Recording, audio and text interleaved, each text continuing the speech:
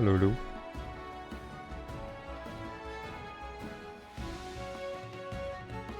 Oh, wild. What's that? Oh. Hello, hello. Here's me. Mature-rated game.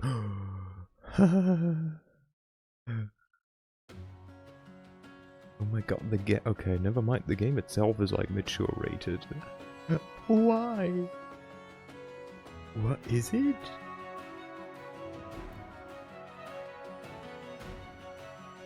Wait, no. Oh my god, it is 18 plus in Germany.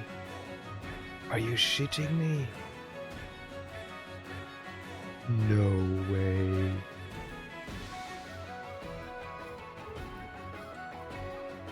What? Oh, the more you know. Well, let's switch to the game, huh? God, today I learned. I have to do something on the site, and there we go. Boom.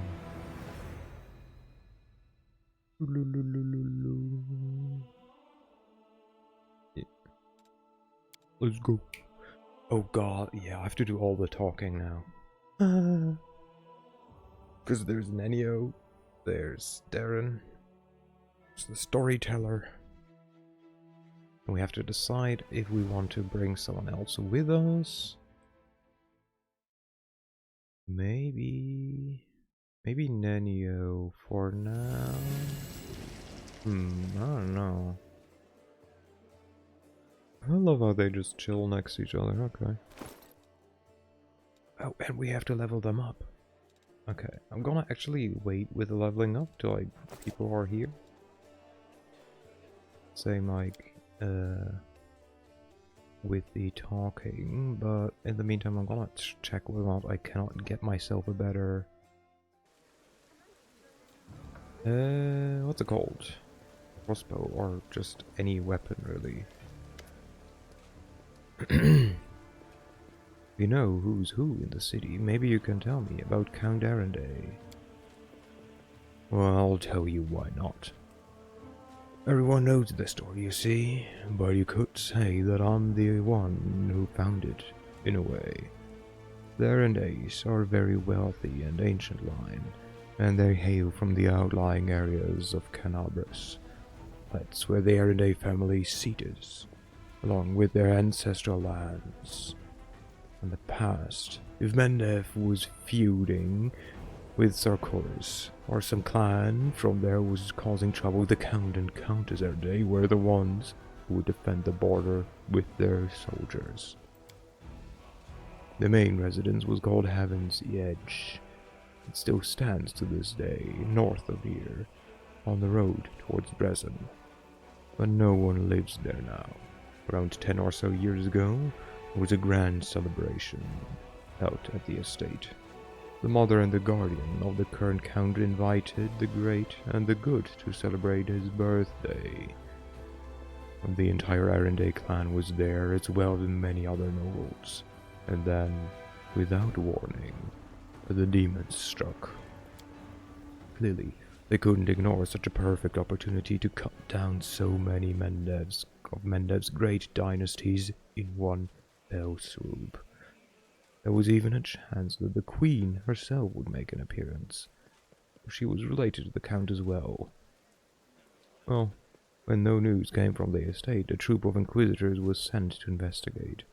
They forced open the gates and discovered a manor full of corpses. They all perished. Jordan says sorrowfully. The servants, the guards, the guests, including some of Iomede's chosen clerics and paladins. The demons had unleashed a magical plague, terrifying and strange, the likes of which hadn't been seen before or since. And among all this was young Darren Arenday, the only survivor. The Count had a talent for divine magic since his youth, healing magic in the particular, and that must be why he didn't die along with the rest. He couldn't explain how he survived the disease. I saw him that day, when they brought him into the city, pale and barely conscious of his surroundings. But that's the story. Since then, Heaven's Edge has stood abandoned, sealed off to the outside world. People are still afraid to go near the place. Okay, let's see. You can have this shit. Also, do we have someone? Maybe. I honestly haven't checked. Do you have? No, you're a non-armor one. You're a non-armor one. Vigilance. Grants the wearer +4 bonus to AC against sneak attacks. Okay. Here we could technically get this one.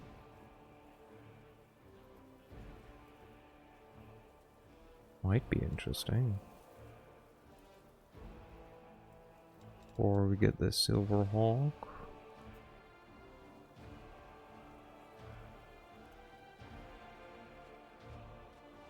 I mean, it's like very situational. Like everything is like on a crit, a lot at least. The Detainer, funnily enough, not. So I kind of think I might be preferring the heavy crossbow. Which I'm not even sure why I should take the light crossbow over the heavy one. Ooh, maybe because of the price. I just saw. Ooh, maybe you have another crossbow. Cross. They just have masterworks, huh?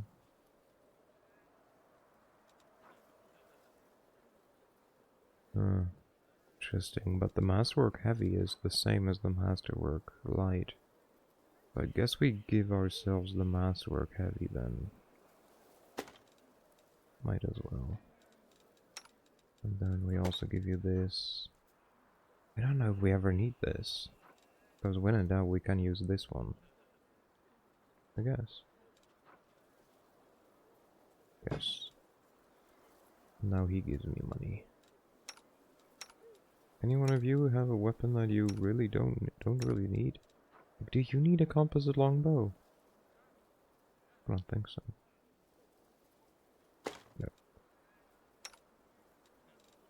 No. You can. Maybe we can give her the the short bow, just in case.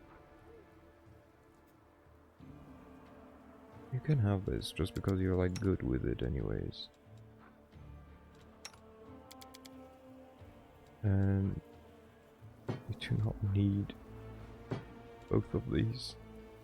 Keep the short bow. There we go. Now he gives me money. Okay. So we get this. You give this to her.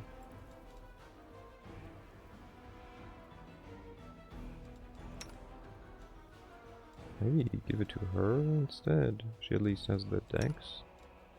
And yeah, give it to her. I mean, you also have the dex, but you have spells. So does she. Maybe we give it to her instead.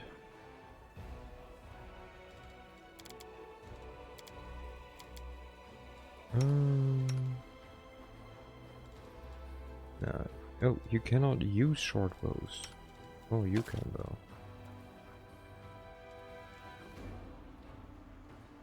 There we go. Okay. La la la la la. Okay.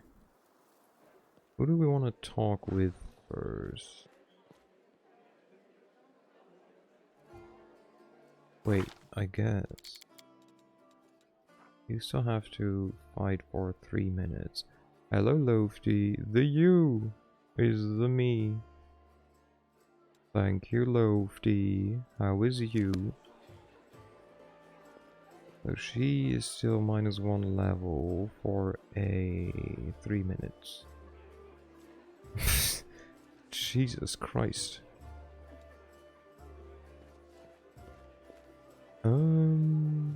Hello, Alex. Good evening, good evening. Let's start with the storyteller. Oh, nice. Just free XP. The blind elf looks better than he did in your last encounter. His clothes are clean and his pale face has some color. The elf turns to you and listens closely. Is that my savior? I recognize your footsteps. Determined footsteps befitting a determined person. Allow me to thank you again for saving me. Please accept this humble gift as a token of my appreciation. The elf hands you a small black ring with 2 scarlet runes on it. Irabeth has explained why you were looking for me. I warned the authorities of Kenabres that the local wardstone had been desecrated. You waved off my warning and paid for their inaction. I have examined many wardstones, but only in the one guarding Kenabres did I sense a flaw, a spot of corruption inside, a vulnerability the demons will surely use. They are able to spread the blight inside the wardstone, corrupt it, and make it their weapon.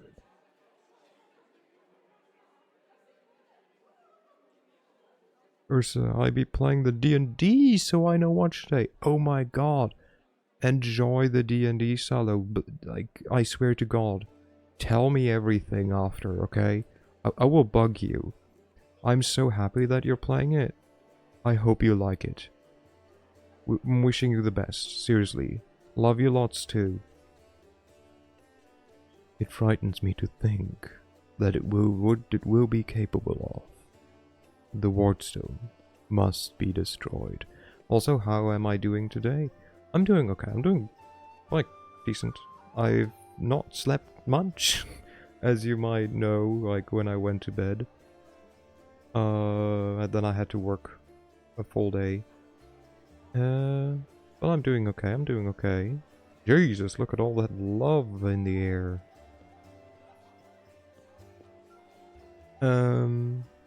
But I'm playing the Pathfinder, and I like playing the Pathfinder, so...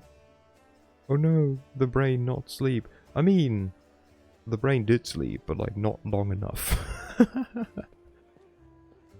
Before I go, I play 1 round. Let me moisturize my throat. Good idea, actually. Shit. It's okay, that's the bad luck out of the way, so you have only good luck in D&D. That's how it works, by the way. It's just science.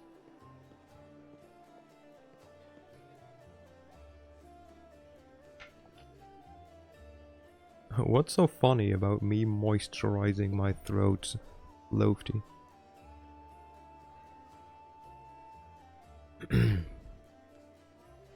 Who are you, and why did they let you examine the wardstone? The elf smiles faintly. I am the storyteller. Just an old elf, and a bit more. I'm old even for an elf. I've seen many things, and have been to many places. Okay, gotta get back, but have a great stream. Love you lots, Urs. Also, Lofty, you mega. Love you too, Solo. Good luck, and again, I will bugger you about details. You better remember everything. Enjoy.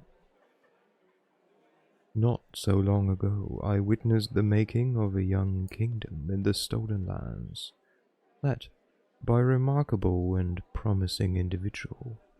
My advice on the complicated matter of conquering those lands proved useful to that leader. This is not uncommon for me. Some seek my advice or services, and I don't refuse. This is how I acquired my reputation as an old vagrant who's never hurt anyone, stayed out of the others' squabbles, but sometimes gave good advice. I had a few friends in Erosian who vouched for my integrity. This is why my humble request to be allowed to see the Wardstone was granted. I visited all of them, but only found cause for alarm in Kenabres. Do you wield some special magic power, some instinct? The storyteller chuckles. Yes, to an extent, but it is more of a gift. I can see the past, stories that have happened. I touch an object and shreds of its owner's memories are revealed to my mind. The emotions, passion and tragedies. I see visions like I am them, and their stories happen to me. This is my power. I've been roaming the world, gathering such stories for many thousands of years.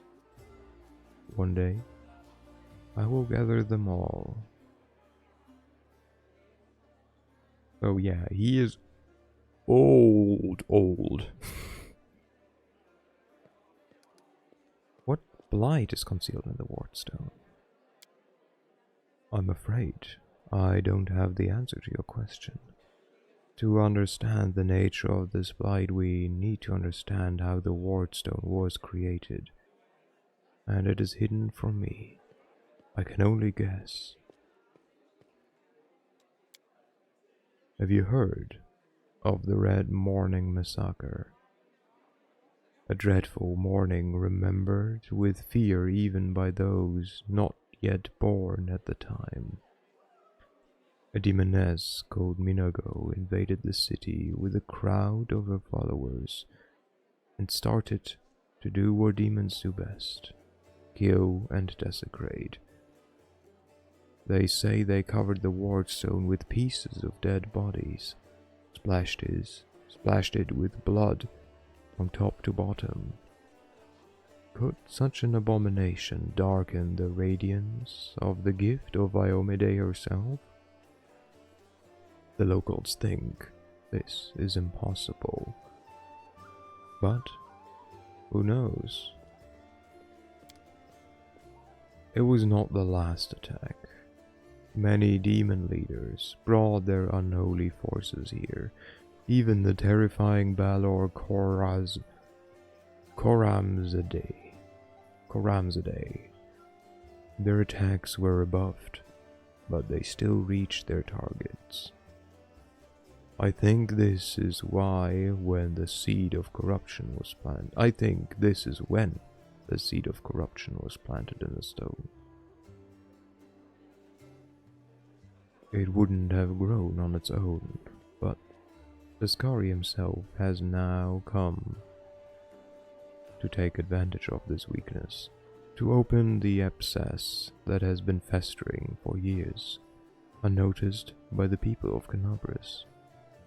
And when the demon lord struck the blow, the weakened stone gave in, and now it's in demon hands, and nothing is stopping them from spreading the blight throughout the entire stone, and from it to the other stones along the whole perimeter of the world of Wound. Why did you travel to the Wardstone?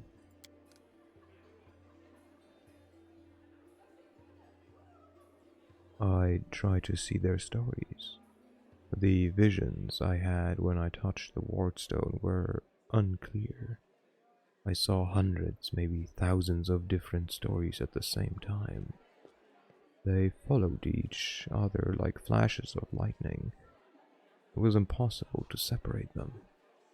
I couldn't understand where one of them ended and the next began. I have heard you, storyteller. In that case, you must make every possible effort to destroy the corruption. Unfortunately, I don't know where to get an instrument powerful enough to banish it from the wardstone. As far as I know, there is nothing like it in Kenabres, but the demons might have something.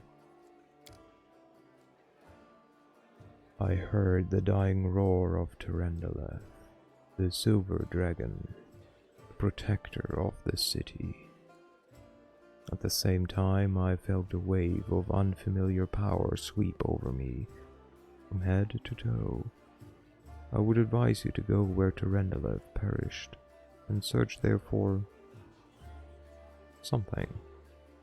I'm sorry I can't be more specific, but intuition and a strange sense of rightness tell me to point you there. Present the purple stone knife. I found it in the square where Tyrandaleth perished. What do you make of it?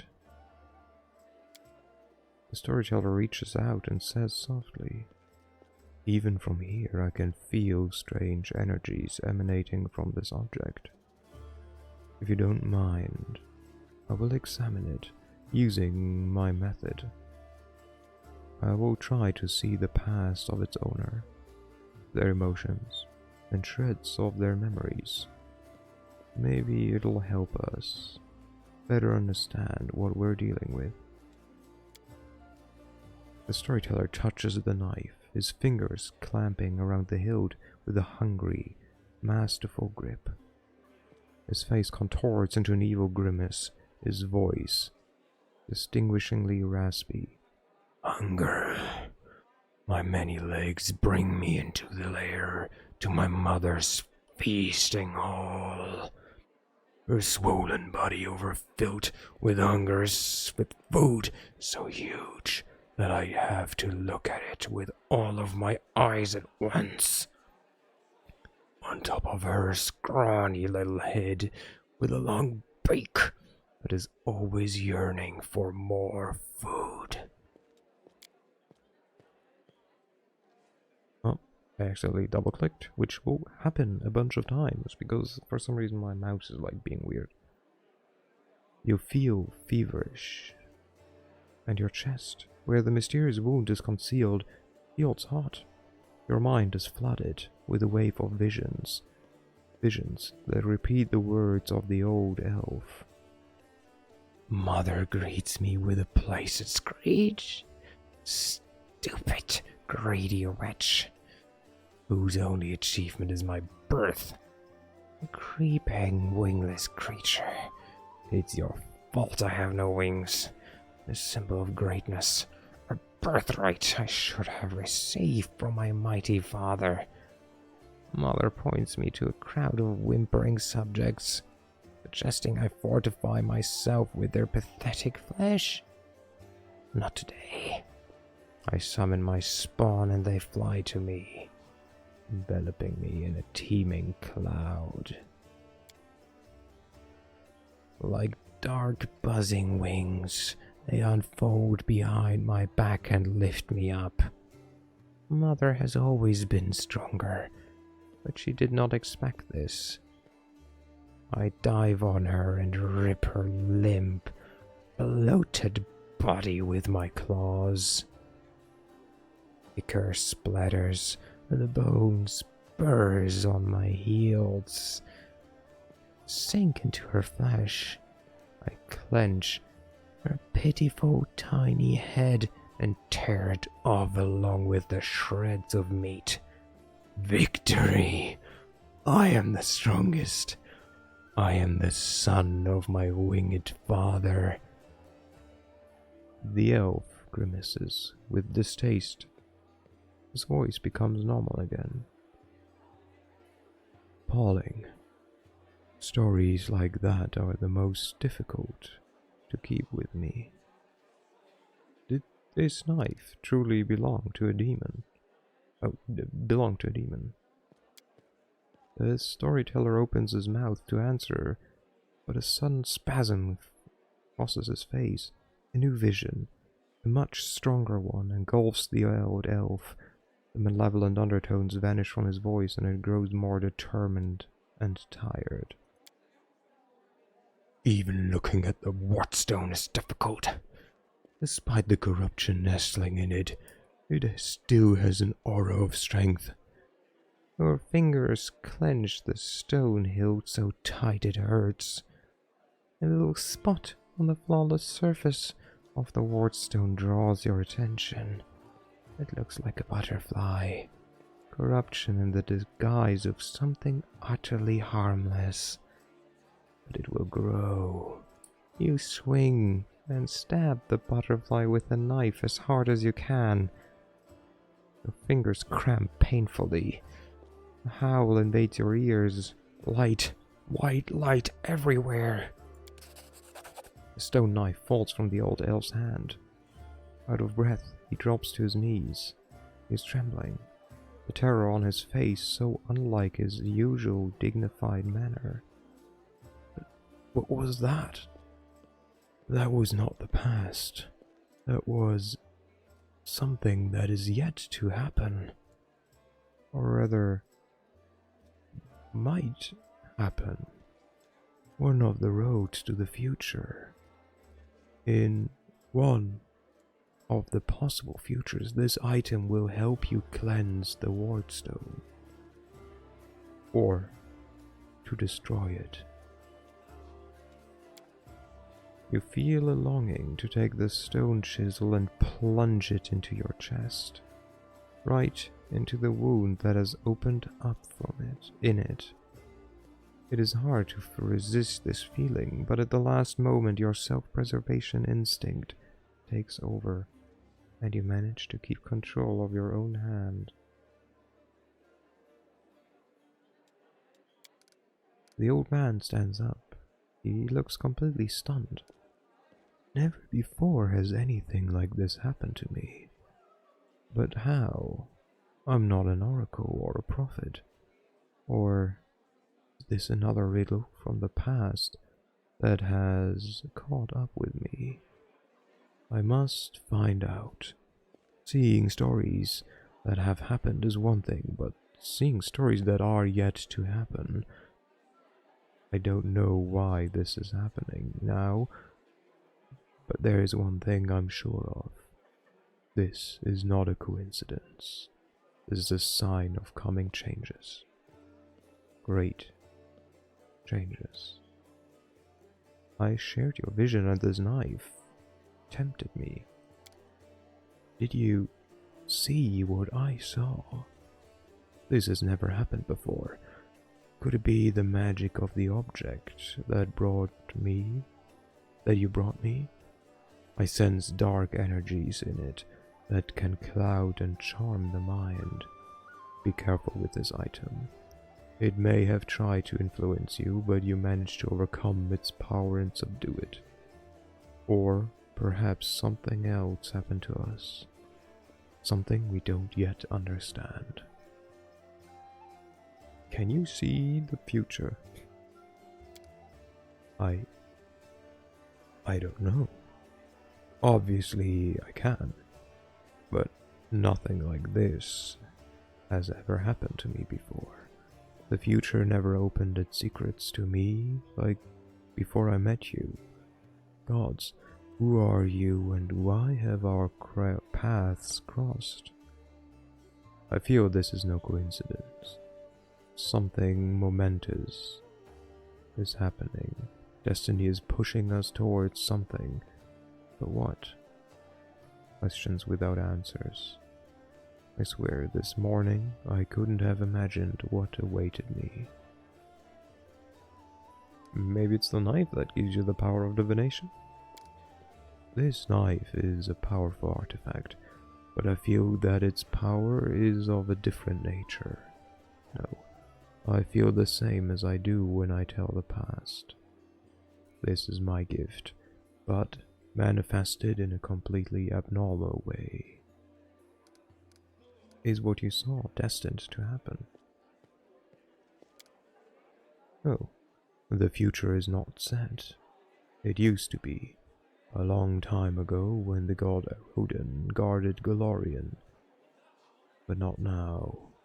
Prophecies do not come true, or they do, but not the way they were supposed to. I only saw one version of the future, or not the paths leading to it. But the choice has not been made, and our destinies are not set in stone. Who were you in your vision? I don't know. Someone strong and desperate enough to resort to extreme measures. I felt that what I was doing had to be done. I mean, he was Descari, no? No? I mean, I don't know, it seems like the obvious answer to that riddle. He was Descari. Descari killed his mother, like brute demon or something. He doesn't have wings, he uses locusts as wings. Hello, Dino. Thank you. Hello, hello. Shout out. Technically, you can shout out yourself, but like, it feels weird. Boom. And then I have this one. Boom. Let's go. How are you? Did you play the, I see you played Pokemon Diamond and Pearl. Did you play the, randomized Nuzlocke again? Also, hello, hello everybody. I'm Merskol. I'm playing video games. I do funny voices. Hey, hey, yes, random Nuz. Nice. Anyone die? You know, no one asks, like, how is it with the Nuzlocke? It's like, did someone die? No. Boring. Nah, just kidding. That's good. How much, like, how deep into the game are you? Your powers are amazing. A few minutes ago, I would have agreed with you. Sorry, gotta leave. We are in Pastoria now. Doesn't tell me anything, but have a good lurk. Don't worry about it. Have a good one. Bye-bye. A few minutes ago, I would have agreed with you. But the thing that just happened, it disturbs me. My gift has never manifested like this. Something has changed, and these changes frighten me.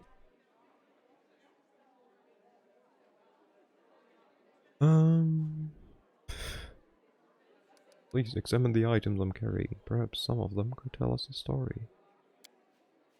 Let me touch them, and I'll tell you what I can see. The elf carefully takes Yaniel's sword radiance. Powerful forces lie dormant in this sword. It used to belong to an incredible, bright and daring soul. The storyteller's hand runs carefully over the scale that has still not lost its shine. Proud Tyrannalev, protector of Kenabres, you devoted your life to serving people. Your death is a great loss, but maybe I will be able to find out something about you that is unknown to your many admirers. The storyteller's hand touches Finian. What a peculiar weapon. I sense intelligence in it, but it seems dented. Grandpa Elf, what were you poking your fingers? It tickles. The storyteller fiddles with the fragment of a gold buckle. An old thing, created long ago by divine will. The power that gave birth to it has lost. That gave birth to it is lost in the darkness. However, the relic still lives on, though it has changed. I wonder what secret it is hiding. Would you like to know? Bring me 5 vials of magic essence, and I will revive this object, and with it, its story. Dun, dun, dun, dun.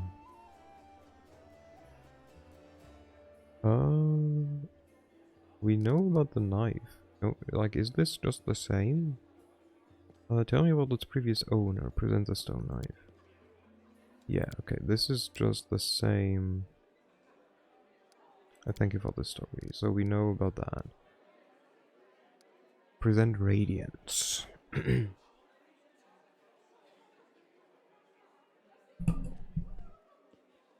What do you see in its past?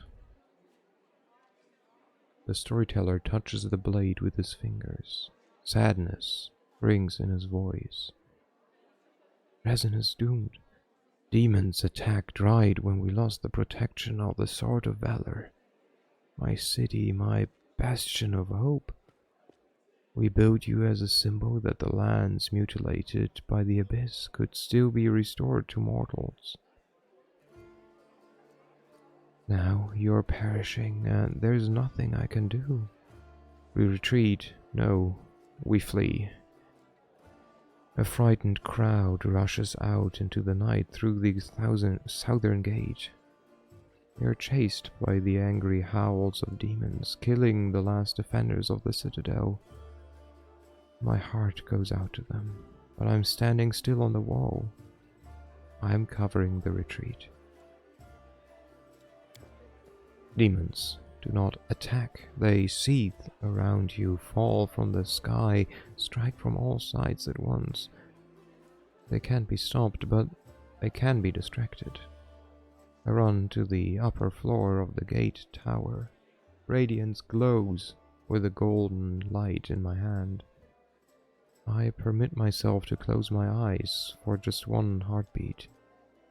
I imagine that the soft glimmering of the sword I see through my closed eyelids is the light of the summer sun. I smile. I open my eyes and call out, "Hey, Daskari spawn! Who wants the best trophy of the night?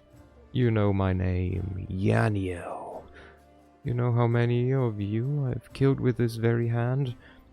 You want to curry favor with Duranzand, Minago, or the echo of your lord? Bring them my head, if you can." Roaring and screaming, they rush towards me in a wave of deformed bodies and unfurled wings. The wave crashes against me, spattering my armor with bloody froth. Broken wings and chopped up bodies plummet to the foot of the tower. In the heat of battle, I see Joran's pale face down there. He looks up at me in desperation, but he can't help. He's carrying 2 wounded on his shoulders. My city will fall, but my friends will survive. This is what I'm fighting for. I'm covering the retreat. The flow of fleeing people gradually dwindles. My armor is broken in many places, and I cannot heal my wounds anymore. The last demon I stabbed with radiance suddenly recoils, tearing the handle out of my blood-slickened hand. He flies up, but falls somewhere far behind the walls, by the road being taken by those fleeing. No more golden glow in my hand. The night closes in on me, filled with shrieking, mocking demon laughter. Resin, I'm dying with you. Light of the sword, righteous Iomede, accept my soul. The storyteller runs his hand along the blade with a sad smile. I know whose memory it is. I've heard about her so many times. Yanyo was a true crusader. Touching her memories is so cleansing. Do you see the future of this sword? Just one of the numerous possibilities. The elf touches the sword hilt and metal rings in his voice.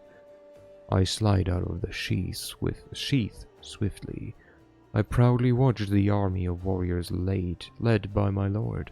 I sing, slashing the air, putting courage in their hearts. I am radiance. Tremble, city of Drazan. My lady Yaniel has perished, but I am not done yet. Charge! The storyteller returns the sword to you. It is nice to know that this sword's glorious days are not over. It has many battles ahead, take care of it. It is a glorious sword. Why are you squeezing me? What the heck? What the heck? Go to Rendalev's scale. Ah! The storyteller. Tell me about Terendelev. The storyteller takes a deep breath and smiles. I'm flying. I can finally spread my wings. I'm gliding over a broad river. The sunset has turned the surface smooth like a mirror. I see my reflection. It is as if another silver dragon is rising to meet me from the depths. But what is it? The scales on my chest are black and the darkness is spreading over my body. I wake up. The clear sky sways above me, blazing with heat. I'm in human form. The red dust of the wound clings to my cracked lips. Someone is carrying me on a stretcher made of shields and spears. I'm so weak I can barely lift my hand to my face. The sight of my own hand terrifies me. It is black and the skin glistens like scales melted by fire. I probably ought to cry, but I only feel hatred and nausea. All these people around me. Out of sympathy for them, a scratch on them. Wait, out of sympathy for them? Did I choose to leave the mountains? There we go, that would make sense. I just moved a whole line. I gave up my flights over rivers. I went to the demon's lair. They don't have a scratch on them, but I'm infected with foulness. It's not fair. My life is more precious than their pathetic existence. Oh, how I hate them in this moment. And then I suddenly feel shame. No, these are not my thoughts. The crusaders carrying me are my good friends. I'm glad they did not suffer, but I hate them and myself so much. Pain and hatred pierce me all at once. It's all because of them. All because of them. Someone walking beside me touches me, talks to me. The only thing I hear is, your mentor. He will come. He will help. And I lose consciousness. The storyteller takes a deep breath, exiting the vision. Such hatred from Terendelev. Wasn't she on our side? I mean, we already know that she was corrupted, thanks to the book that we read. Terendelev has come a long way. Her unit was ambushed by demons once. She was infected with foulness. The Terendelev you met in Kenabres had gone through many trials and regained her former purity. What happened next? The storyteller puts his hand on his forehead. Sometimes the past can be as vague as the future. We all know how Terendelev's stories ended, but the beginning is hidden from us. Maybe if you find something else that used to belong to her, we will know more about her struggle. Well, I have two scales. So, Finian, tell me, what do you see? Hi, Grandpa Elf. The storyteller carefully takes Finian from your hands.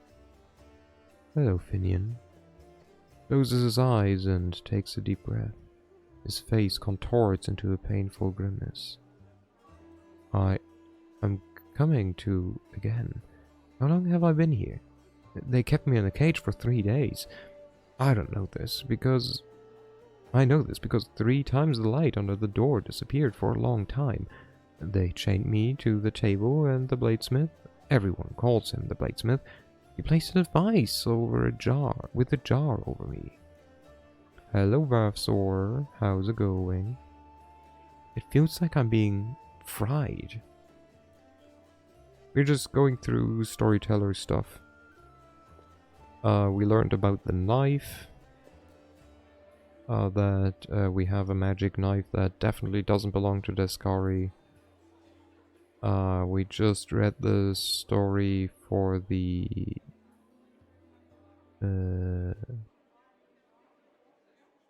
about Radiance, about Terendalef's Scale, and now we are with Finian. Hope you are doing well.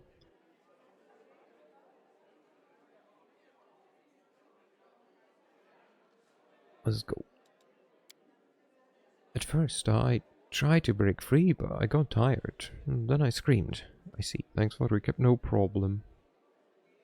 Yeah, I think I also, like, shuffled some items around, but, like, nothing major. But I got tired. Then I screamed. But now I've lost my voice. So the pain is burning right through me. And the storyteller stops, his voice changes, becoming more frightened. I think I lost consciousness again. But when I woke up, the pain was gone, and I wasn't tied to the table anymore. I was standing near it, and someone else was lying on the table. A burnt corpse, covered with a black crust. The master took out a handsaw and was sawing off his head, in a very focused way. I should have run back then, but I couldn't, for some reason. This burnt corpse had a symbol on his belt, just like I do. An eye and a star. My favorite belt, a good one. Why would a stranger get one? It must have been someone from my clan, some distant family member. The storyteller stops. When he speaks again, you hear only a muffled whisper. Those crusaders, I was so glad when I saw them. I thought they'd come to help me. But how? How was it that I killed them all? Someone told me to and I obeyed. I don't understand. I understand nothing now. I need to catch my breath. I need all this to stop, even just for a minute. I just have to understand what's happening to me. Just need to rest. The storyteller shakes his head, slowly coming to his senses. That's it, Finn. That is Finian's past, but what awaits him in the future? The dead have no future, but... The storyteller smiles. I see an endless ocean on a good day and a boat flying over the waves. I'm so excited, but I don't know whose vision it is. Is this a soul existing here and now? Or a soul reborn? Thank you for your story. Storyteller gives Finian back to you. Please, take care of this young lad. He is finally in the right hands. Do not worsen his suffering by involving him in dishonorable deeds. Come on, Grandpa Elf. I can take care of myself. I'm not a kid. I don't know what horrors you're talking about. But don't worry about it, alright? Look after yourself. We have more important things to do. Return with new stories. I will be waiting. Remind me, why is it so important? No. Wait, is this... Yeah. So we've read that. So we know, like, yeah, we know the, like, kind of his side of the story, why he did stuff with the Wardstone. Can I help you? The storyteller nods gratefully. I appreciate the offer. I have reason to believe that somewhere in Kenabres there is a manuscript authored by an elf from Kionan. Hello, Ivy. Welcome in. Who witnessed Earthfall. The storyteller's voice suddenly breaks and he stops for a moment. For personal reasons, I would like to examine it. But no matter how hard I try, I have failed to find it. Even in the Blackwing Library, I only found a mention that the manuscript exists and is held somewhere in the city. I assume it's stored at the Grey Garrison. They wouldn't let me into the archive when I visited. All those crusaders were nervous about the strange blind elf interested in their secrets. It's understandable. Well, the crusade naturally made them a little paranoid. Now, the Grey Garrison has fallen into the enemy's hands. I would be grateful if I could see the manuscript. I want to know more about you. This is only dialogue 1 of 3, by the way. Like, there's still Darren and Nenio. So, how are you? I'm doing okay. I'm a bit tired. Why did the game just minimize itself? I want to know more about you. Oh, Jesus Christ. The old elf permits himself a faint smile. I'm not surprised. A strange, peculiar-looking elf with the unusual powers who comes from afar and calls himself collectors of stories. Such things usually spark some interest. I will answer your questions. How are you, though, Ivy? Boom, turned around and returned to the center. Who are you and where are you from? Before, I would have said that I was a blacksmith from Kyonan, lost his sight and then found his true calling in a new craft, that of a story collector. But I have lately begun to suspect that those words are no more than a lie. Back still hurts, but better than yesterday. Are you stretching, or are you just sitting there like a shrimp? Shrimpa. The old elf chuckled sadly. It's quite the irony. I never thought I'd have cause to complain about my memory. It holds the story of the entire world, but I've noticed more and more alarming signs recently. How does a shrimp sit exactly? I mean, look at most artists. It's like lean forward, hunched over. Hunched over at my desk, yeah.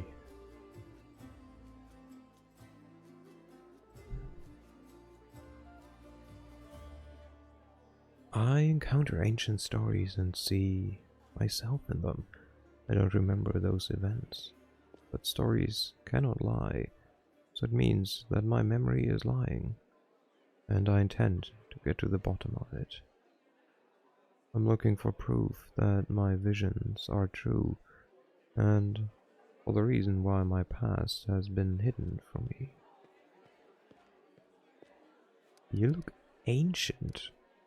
God's elf didn't get old. I tried sitting on my couch and recline back, but ironically that seemed to hurt more. I mean, the couch is usually not good for your back. You need a chair. The blind man straightens his bony back with dignity. As you can see, we do. We've managed to live for many thousands of years. There may not be a single mortal in this world older than me. The storyteller sighs and continues with a sad smile. Anyway, it's not about time. It's about the stories I keep inside. There is so much suffering and sadness in this world. And in my stories, too. I've lived every one of them. I've drunk this bitter experience and accepted it in my heart. It's hard, the weight of all this suffering on my shoulders. But I wouldn't trade my burden for any other.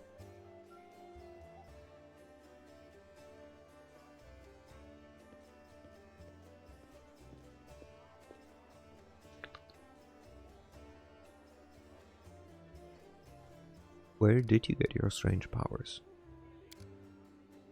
The storyteller shrugs. I've always got along well with things. I used to be a blacksmith, that I know for sure. I've always felt the essence of things, their spirit, for as long as I can remember. I've always been able to feel the traces of memories and feelings left on things by their former owners.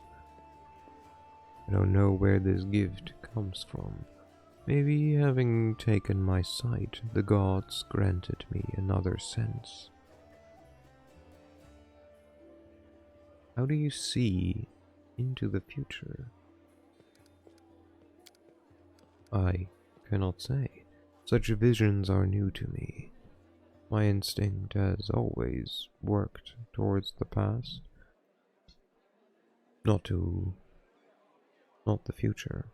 Anyway, you could do a few sit-ups once in a while, Ivy. But some things change. Everything changes. So do I. Perhaps right now the stories that are yet to happen are more important than the other ones that have happened already. Where did you come to the world wound? Searching for the truth about my real past has brought me here. I saw myself in others' stories. In them, I was called the elf in the tower. Now I'm looking for this tower. My tower everywhere. I've been to many places. I've visited islands and deserts, but I haven't found it.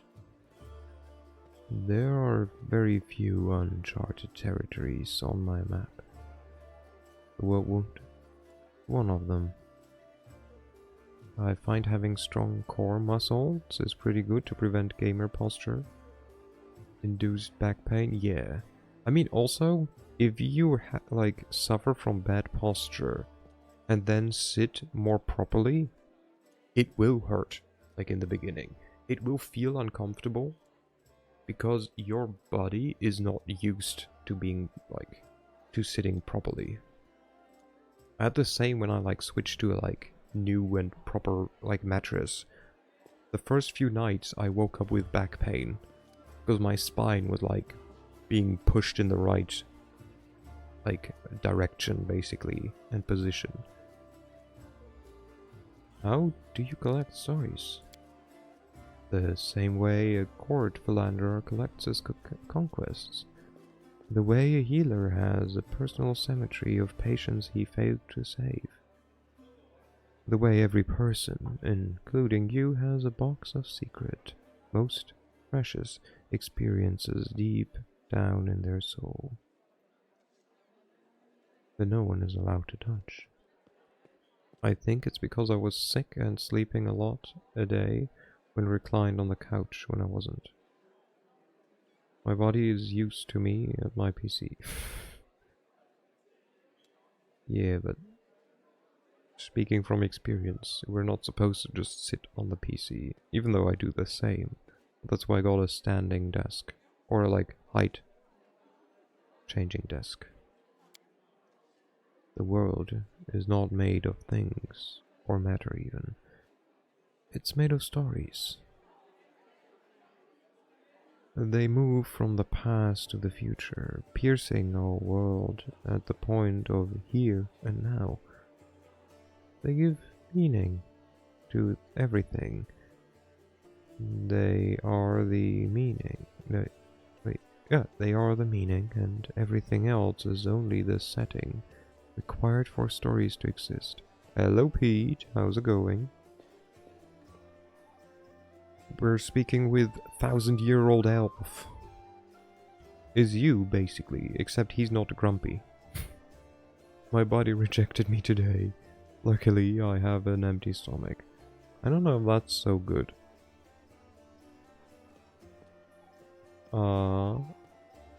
Where was I?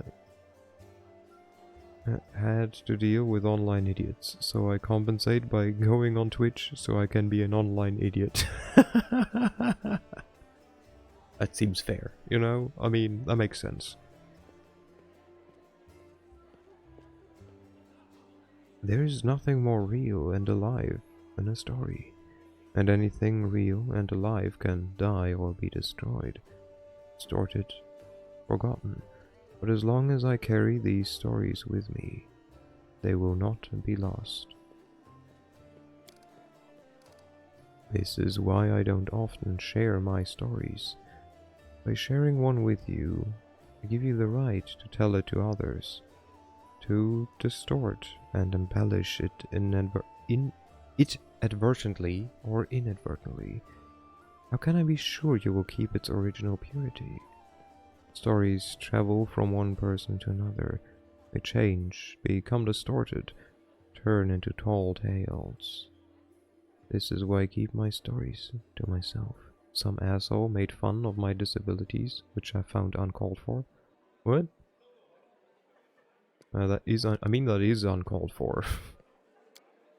Huh? That is what you think. I have no more questions. That is what you think. In fact, the world is full of amazing things, and you still have a lot of questions. They just haven't bubbled up to the surface of your consciousness yet. I have a few questions about our encounter in the Black Wing Library. Of course, I make no secrets of why I came to the library. I was looking for something. Yeah, he was explaining some stuff and I told him to please repeat since I have hearing issues. And he was like, no you don't. Or something. Like, the dude proceeds to just reply to any statement or question I have with, sorry, I couldn't hear that. What the heck? Will people have like nothing better to do? Like saying to someone with like glasses like, sorry, I cannot see that. Like, huh? Just grow up. What are you doing there? But yeah, sorry that like happened. That sucks. I was looking for a very old thing.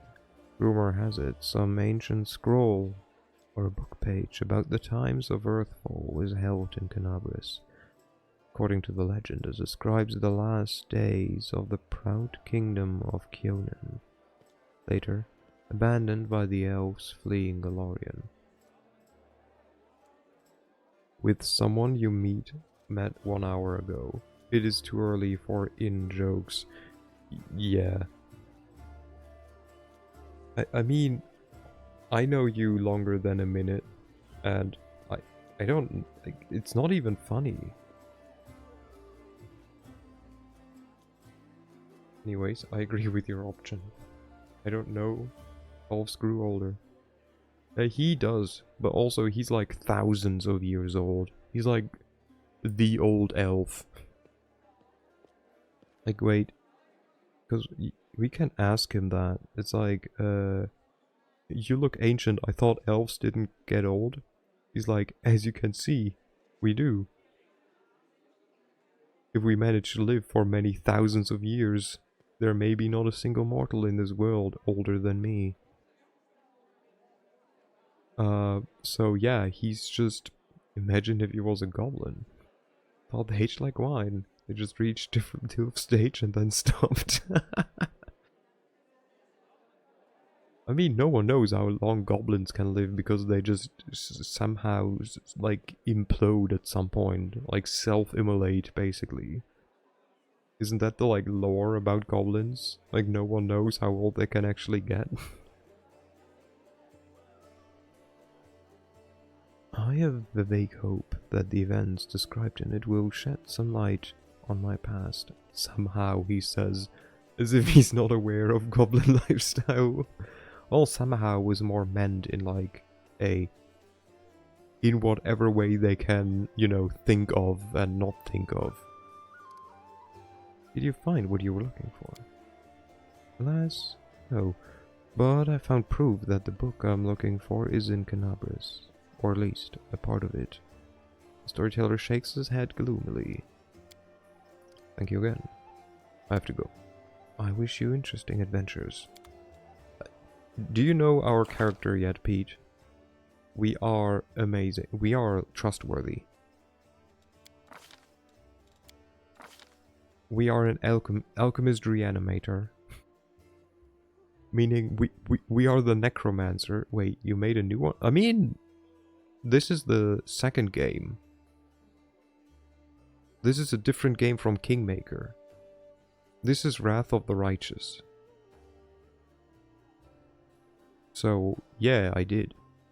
Also, this is like the main story now. The last character that I made was for a side story. Look, I stopped reading after Pathfinder. Fair, fair. But yeah, we are an alchemist reanimator. We are the necromancer of the alchemists. We are a former healer, but new Ursona. Yeah. We are a former healer until we, like, this is headcanon for this character, until we, you know, because all-seeing eye holds all knowledge and magic above all else is our god. We decided to be like, hey, how about we like do some experiments and stuff with the people we're supposed to help. They do be Vishonifying you. I know, it's like moisturizer and all of that.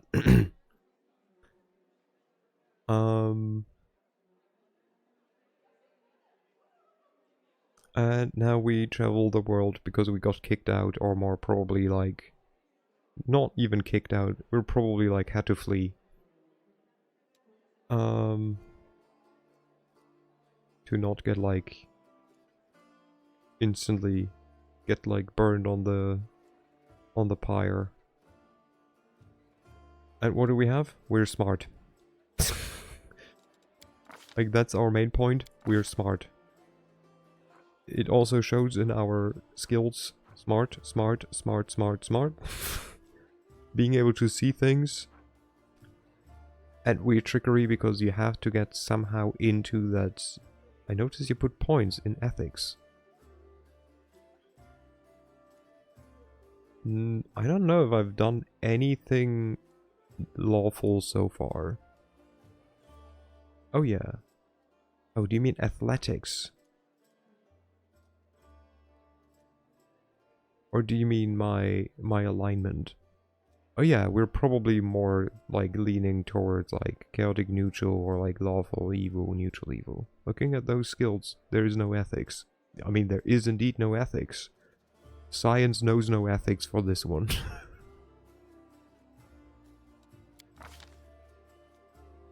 We literally have a skill called corpse studies that gives us a bonus when we kill people, so...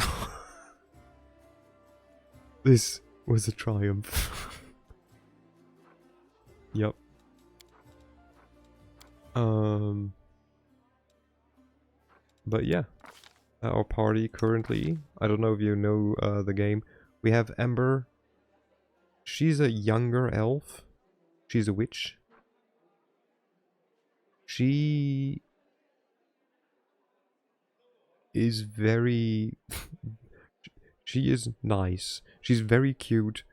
And her worldview is interesting. She was supposed to be burned on the pyre. And then an inquisitor or like a crusader helped her out and saved her, and then died from the consequences. But in the same time, her father died, so now since then she lived on the streets with her crow. Soot, stigmatized witch, yeah. They... sounds redundant. Well, they're even more stigmatized. They're a mixture, I guess, between witches and oracles, because they have a curse. So she gets bonus spells, but also her arms are blackened. So she cannot attack as well with spells. But she can put people on fire, which doesn't really matter because she can also put them to sleep, so we can just coup de grace them. And there's Woljif. Oh wait, there's a full picture. You know, with a nice pyre and like everything burning in the back. Could I ask a question about Ember's build? Sure. Always. I don't know if I can answer it, because I don't really plan super far ahead, but... of course. I ask age. Well, she's an elf. Like, she's definitely old enough. They refer to her as child a lot. She's 120. Wait, when do you find that out? Where do you see that? I was looking for the extra X feet in my game, and I couldn't find it. Is that a mod? I don't think so. It's new. Ah, okay, there we go. It's new. So it might be DLC then. Or from the last biggest patch. Okay, yeah, there we go. So that might be it. But yeah, then we have Woljif, Tiefling Rogue. He's a Thiefling. He stole something, which I don't even think we have anymore. We might have sold it, or we never got it. Why do we have a head? I love how it legit says you have no idea how this terrifying remains ended up in your belongings. Yeah, I don't know. Does he have heterochromia? No, I don't think so. I think it just looks like it. I think he has just orange eyes. Weak. There's also extra alchemist discoveries, slayer talents, and other abilities. Yay. Then there's Lan. He's a mongrel. This is not me being racist. That's legit what they're called. Kano would never. I mean, I would never. He's a descendant of the first Crusaders who got corrupted by the Abyss, and now they are like part people. Part animals. Part people. Fun fact, his stats are way too OP. Which I didn't even realize, but like Bavsor pointed it out. He starts with like 17, 17, 12, 11, like I think also 17 maybe. I don't know, and like 9 charisma. The only bad thing about him is his charisma. Well, you know, if you look like that. So we did the obvious. We stopped giving him the starting classes of Zen Archer at some point, and instead made him a druid. So now he has a lizard called Lasagna. Our half-lizard boy has a lizard called Lasagna. And yes, they have character sheets in this game. With a name, they have levels, they have classes. No, Lasagna. Now I'm hungry. A standard reaction. They can have equipment. It's really nice. What is this? Huh, nice. Then there's Camilla. Or Camellia. That's just a mean way of telling her she's emergency rations. I mean, it's more like she's like eating other people. She's like higher born person who hasn't said much yet. We know she's the daughter of the local big merchant dude who isn't even the original merchant because he was the servant of the merchant, but then everyone died and he was just like, I'm him. But she's a spirit hunter. She's a shaman. And she has an item that she will not take off. That does nothing. Oh, we do not know her alignment. Okay, see, that's, I guess, is the difference. It wasn't aware. So we do not know what her alignment is. And then, every good party needs our paladin. Lawful good, because this is Pathfinder. She's a paladin. That's just game speak for her alignment is stabby. But nah, she's like a decent paladin. She's not like super tightly knit, but she is very righteous and like gotta keep things like the right way and like be fair and like whatnot. These two we got last time. This is Darren. He's a noble, which is why he's evil. No, just kidding. He's an oracle. He's the healer of the group. A fun fact. His curse makes it so that he is like he will have high initiative, but he cannot walk far in the beginning of combat. But yeah, he's a self-centered, or at least in the beginning, very self-centered, high charisma noble. He thinks everything is boring, which is why he joined us. And this is Nanyo. You nobles. She's another researcher. She's basically even more of a nerd and researcher than we. Though, fun fact, all her stats are worse than ours, or the same. I could forgive all the other things, but I draw the line at ability. She's a wizard. She's just a huge nerd. She doesn't believe in remembering people's names, because that's unnecessary knowledge. So, might as well just forget about them. She's hilarious. And you know what? While we're at it, might as well level them up. He's just gonna become further more of a what's it called? Thing. Socks and sandals, neutral, dislikes unnecessary knowledge. German. He's just gonna become more charismatic.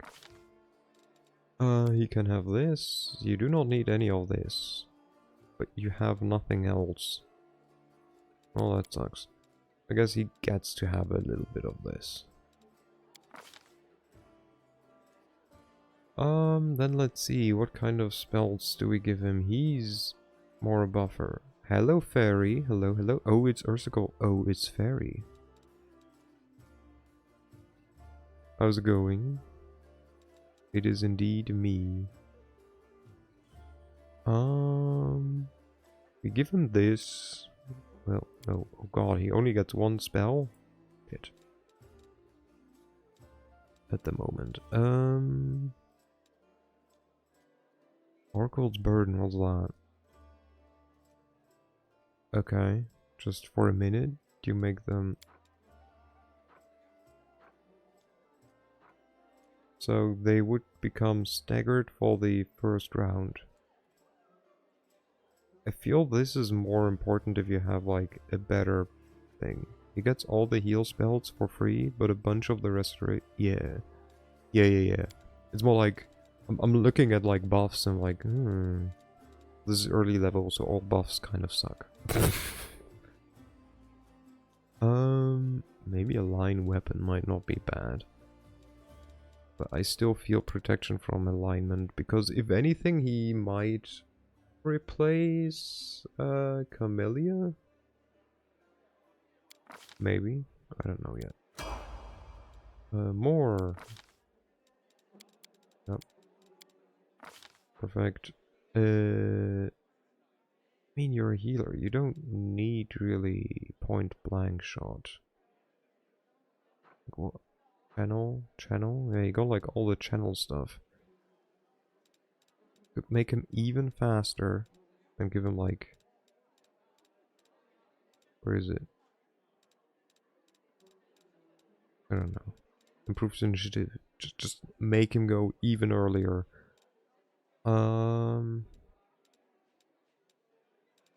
Selective spells. I mean, we could give him definitely stuff like extend. But this is +1. He can be a good offensive caster or some kind of archer, or when healing isn't necessary. Yeah, I mean, I guess, right? Dream situation. Welcome to Pathfinder where you can do everything. Never experienced that. What, you mean healing not necessary?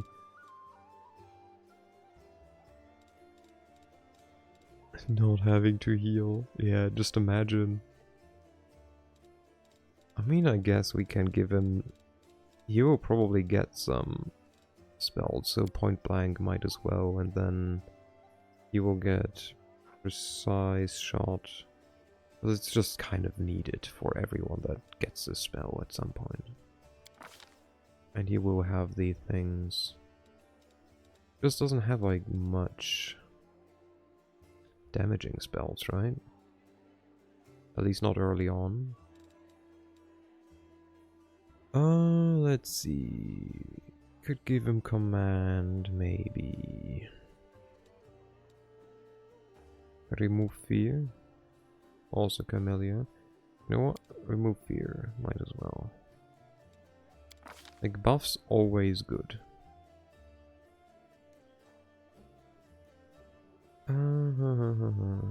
Remove paralysis. Old person. Blessing of courage and life. Aid. No, we know that. Give him that. Or, hear me out, we don't have enough necromancers in our party. How about we make him a necromancer? Then again, this one doesn't even need a spell to deal, doesn't even need a roll to deal damage. To hit, it just hits. To be fair, Bone Shaker is just a good spell in my opinion. It might be actually an option. Like, how would you make him a healer? Is like, Dex is, I mean, his Dex is +3, so like, that's quite good.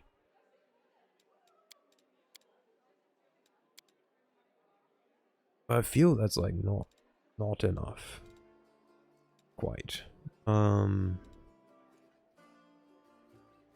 Maybe remove paralysis.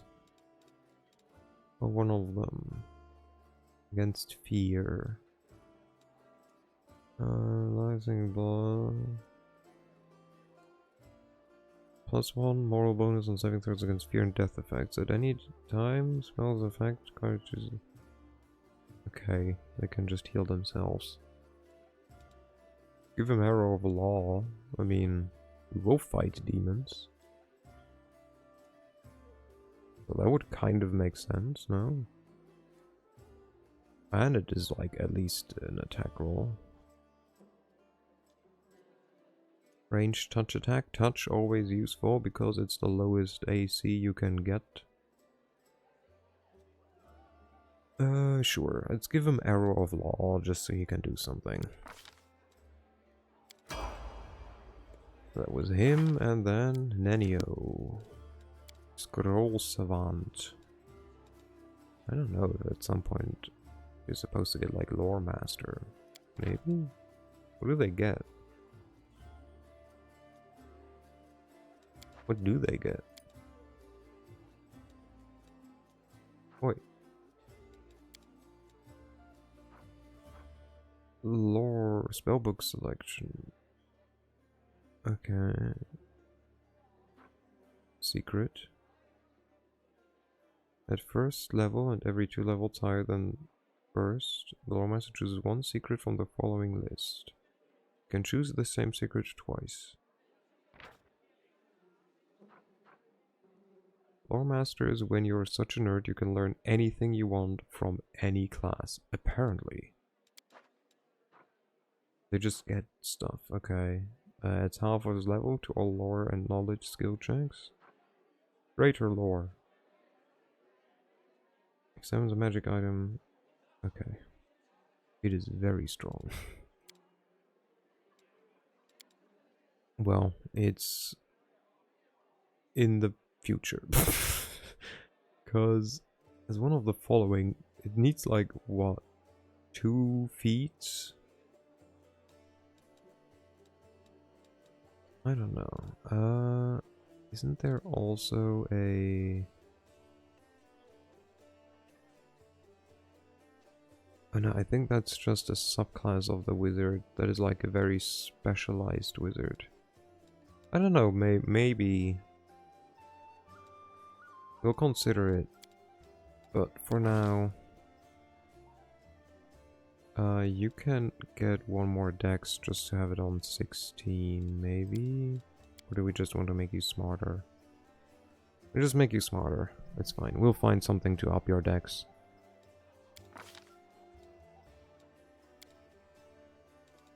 She's different from me. She knows less about religion. Alright, let's see. Illusion, yes. Both are very good. The basic thing to do with Nenio's 10 Scrolls Savant, then Lore Master. Yeah, I kinda like makes sense and checks out. Blur invisibility. I mean, yeah, it kinda makes sense, right? And again, I mean, blur I understand. I don't know about invis. Or do I?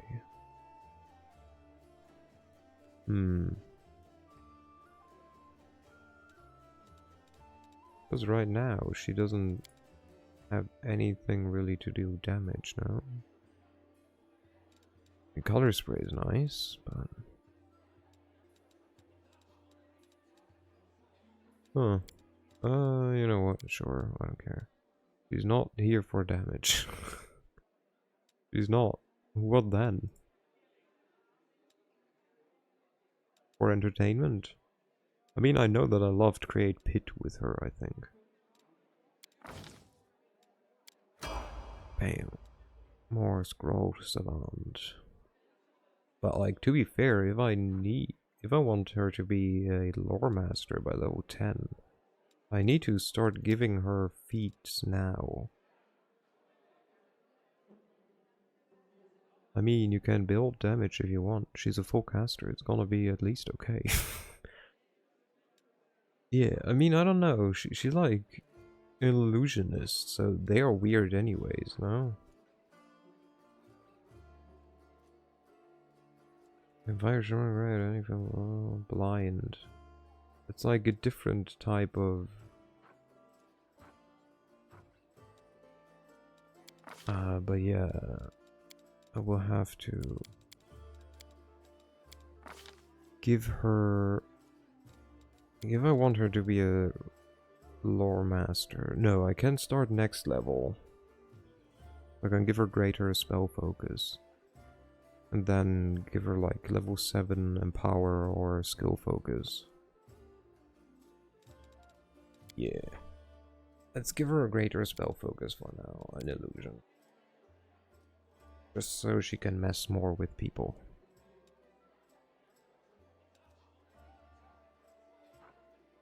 Yeah, she cannot get greater magic penetration yet, right? Well,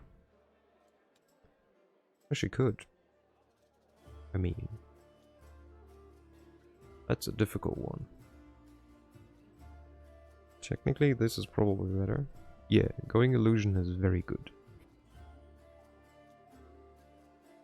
Have you played the game, Fairy?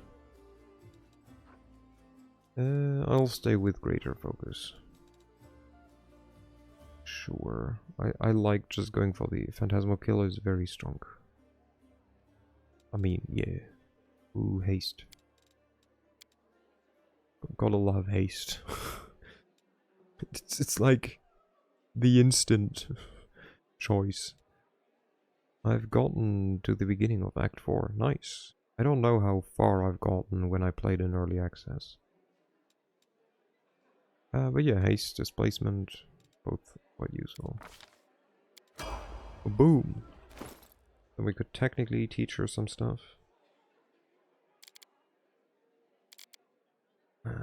Or technically I could take her instead of him. Did he have something useful? He has this. Which this we can technically also just give her.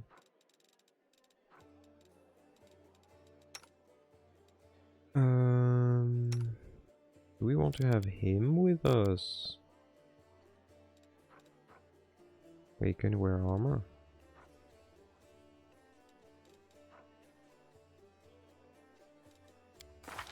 They can wear armor. Oh, right, he doesn't cast arcane spells. Technically nothing stops him, right? He's just weak. I could give him this. It looks kind of stupid, but I mean, that's not my problem. It's the strength of a sick child. He does, but he can at least wear padded armor.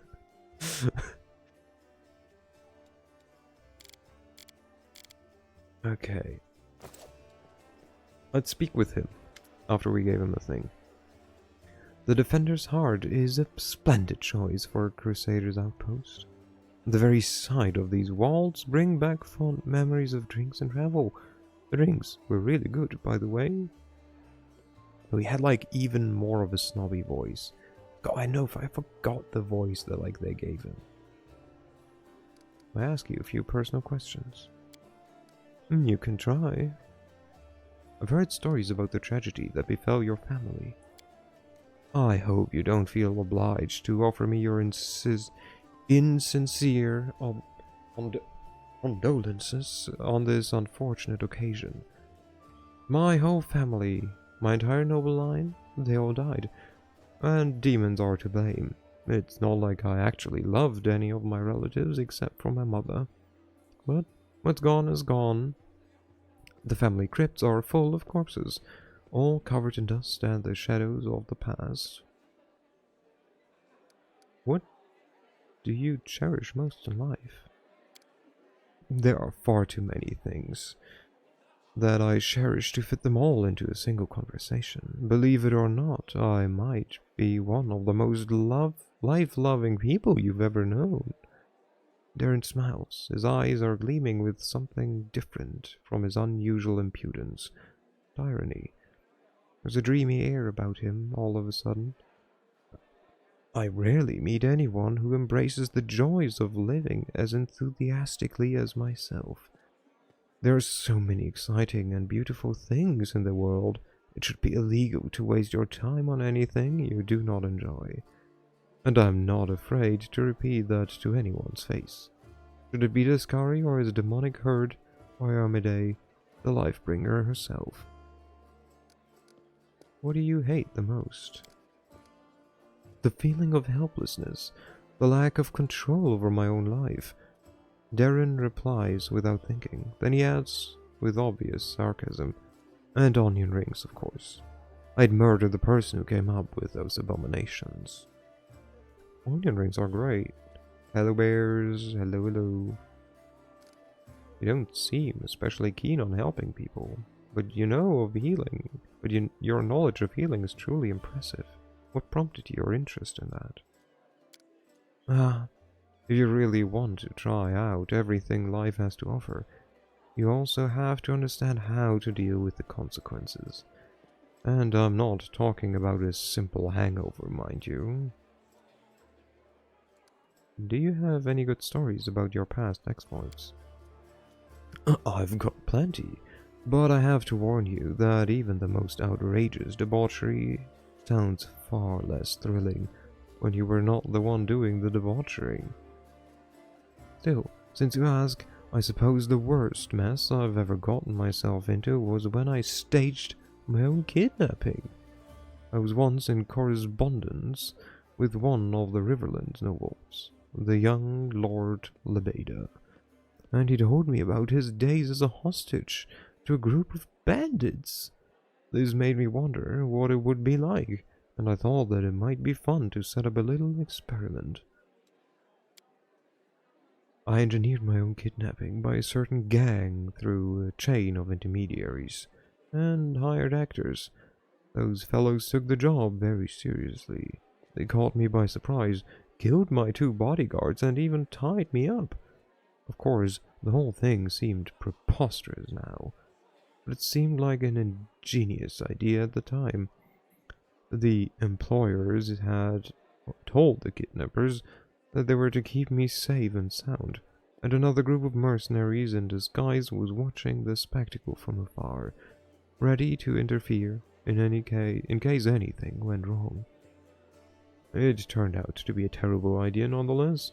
It was the least bit fun or exciting.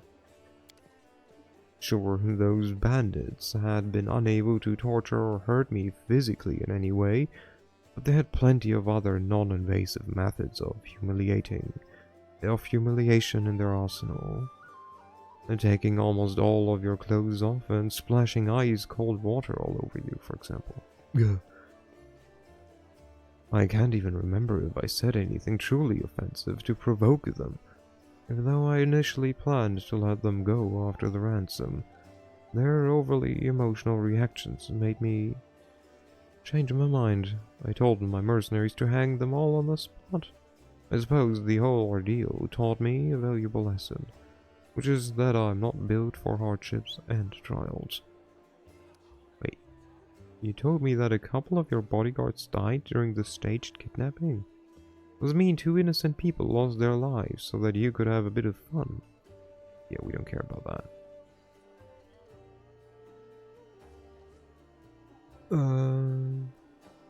I love how none of the options are like, yay, good job. These mind games of yours will come back to bite you sooner or later. I'd say life's too short not to try out everything you can.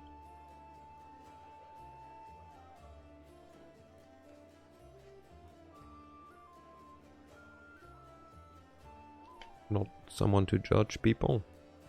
So these games of yours will come back to bite you sooner or later. I hope not.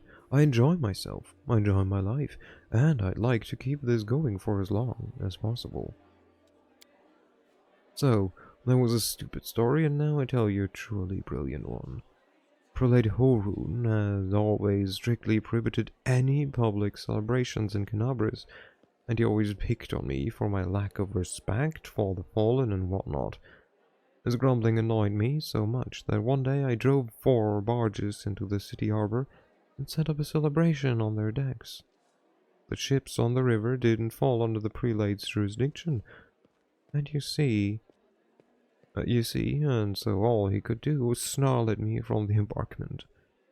I, for one, did not forget the old boy, or the main attraction of the festivities involved an inquisitor of Iomede dancing and roasting beautiful witches on illusionary bonfires, taking off his clothes with every new victim. The spectacle was so heated, in every sense of the word, that the prelate almost had a stroke. Aaron gives you a mischievous smile. I still consider that one of my finest ideas of all time. Should the Crusaders ever succeed in their efforts against the wound, I will do my utmost to get permission to hold a grand public celebration. Rivers of wine free of charge, an obligatory parade, and a carnival in the evening. A contest for the most provocative succubus costume with a hefty prize in gold. Another contest where the participants have to fish a sausage out of a wine jar blindfolded with their hands tied behind their backs. The wine will symbolize the blood of all the dead heroes of the war, and the sausage, well, I'll find a heroic meaning for that as well. Over the years, the commemorations of the greatest victory of light over darkness will turn into an ordinary holiday, an excuse to get sloshed and robbed like animals in the streets. We enjoy being mean to everyone. Yes. And here I thought you were hurling insults at people purely by accident. Darren laughs. This time his smile is surprisingly soft. I like your way with words. What did you expect me to say? I wanted to make a good impression? Something along those lines of, I'm not mean, I'm just being honest with myself and everyone else. That's what people use as an excuse when they want to keep up their saccharine facade, while still saying whatever nasty little thoughts spring to mind. It's not what I do. I have no hidden agenda. I'm just as much of an insufferable prick as I seem to be. Some people are simply begging for a good dose of mockery. So who am I to deny them? I don't give a damn if anyone holds a grudge against me, which is why I don't even try to avoid it. I have no more questions. I hope this conversation was at least slightly a bit amusing. I'd like to talk about life in Mendev and the Crusades. It's come all ears. What's your opinion on Mendev and today in general? It doesn't exist, Darren scowls. It's a frontier country that has attracted every utopian, adventurer, and fanatic from all over the world for more than a century. It is a place where the strangers outnumber the locals, especially in the cemeteries. The population of Mendev, for the most part, consists of humans and other races not exactly known for their longevity. So the current generation of Mendavians were born in the shadows of the world and raised by the Crusades. I might be the last person to complain about the decline of traditions and lack of character in our country, but I also happen to come from one of Mendev's most ancient lineages. Its history is bred deep in my bones. My tutors told me stories about my heritage. The galleries, libraries, and even the interiors of the mansion I grew up in were filled to the brim with memories of events long past. There are many heroes of old Mendev among my glorious ancestors, or at the very least, patrons and contemporaries of such heroes. Does anyone actually remember them now? Well, I don't think so. These days, Mendev has its own heroes, in shining armor and with holy fire in their eyes. I myself remember how several streets that once celebrated my ancestors were renamed in honor of some crusaders who had died in an heroic fashion. None of these citizens remember the old crossing festival that was eventually replaced by Armasis. Armas? Who knows? These holidays even share the same date. Pretty much the only authentic thing about Mendev now is its endless war with the demons. And is there a point in bemoaning this state of affairs? What's gone is gone. But at least we are no longer some tiny god-forsaken northern kingdom. And that's something, isn't it? You don't really like Crusaders, do you? Quite the opposite when I think about how many devoted heroes are willing to protect this world against the demonic threat. I feel so inspired. Inspired to continue indulging my vices while they fight to keep me safe. Imagine being someone like me, someone who has everything they can possibly desire: youth, beauty, wealth, an honest wish to live and enjoy living, but vanishingly few ways to put it all to any use. The fact that the word fun itself is not yet outlawed in Mendev must be due to some bureaucratic oversight. You can celebrate your victories solemnly. You can wet your whistle after a challenging battle, but what about real fun? Joys? Pleasure?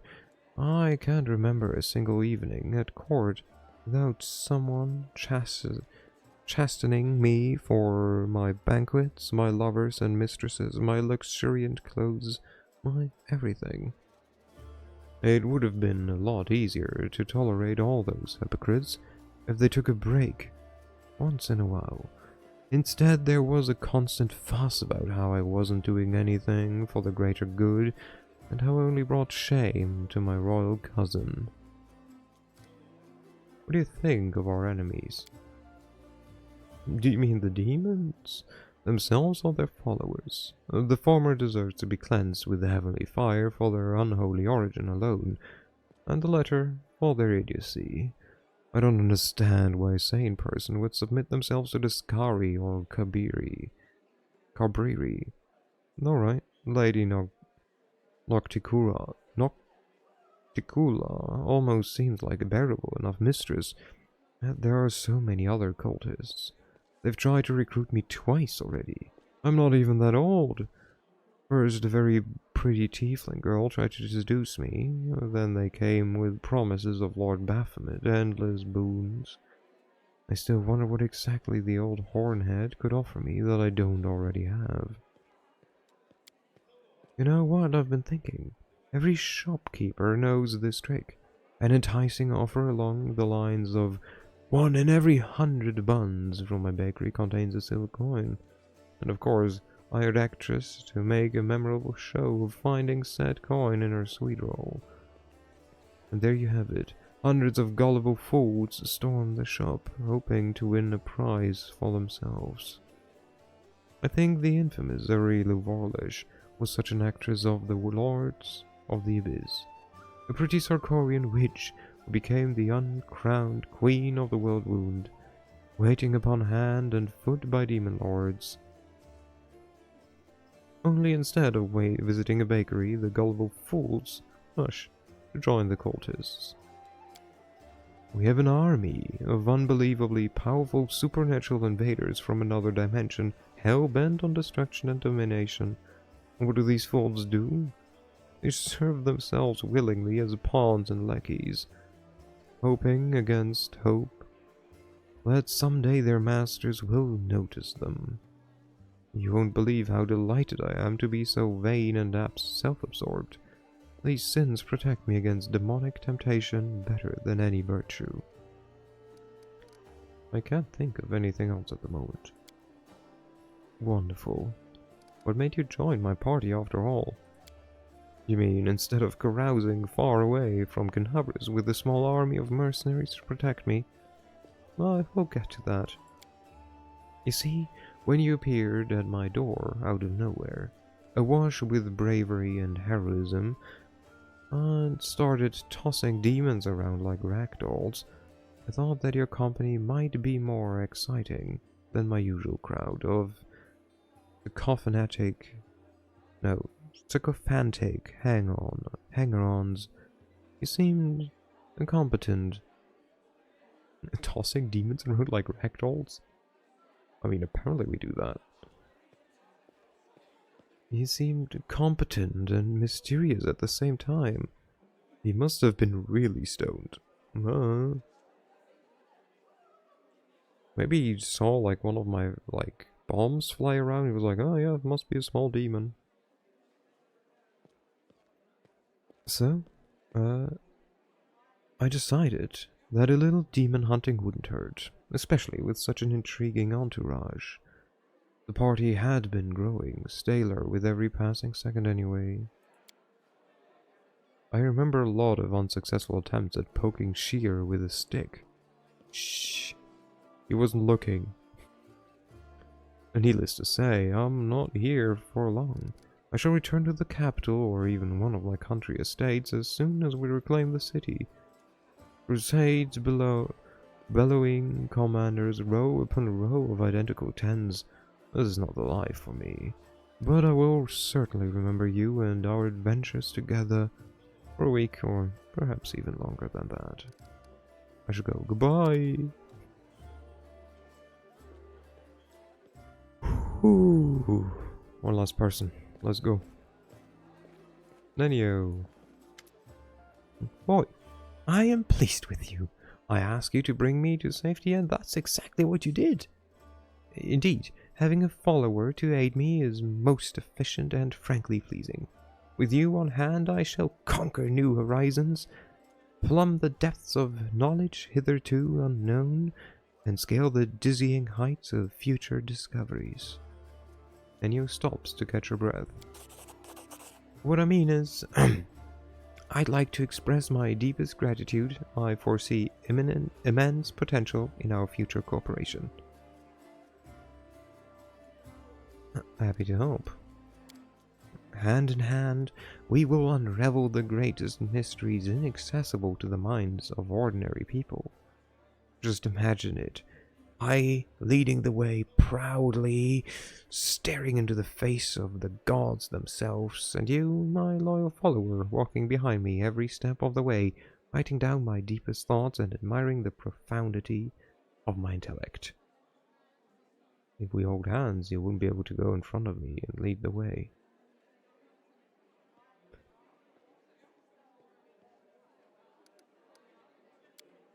You are the catalyst which, when it reacts with my intellect, will allow the latter to grasp the very essence to the universe itself.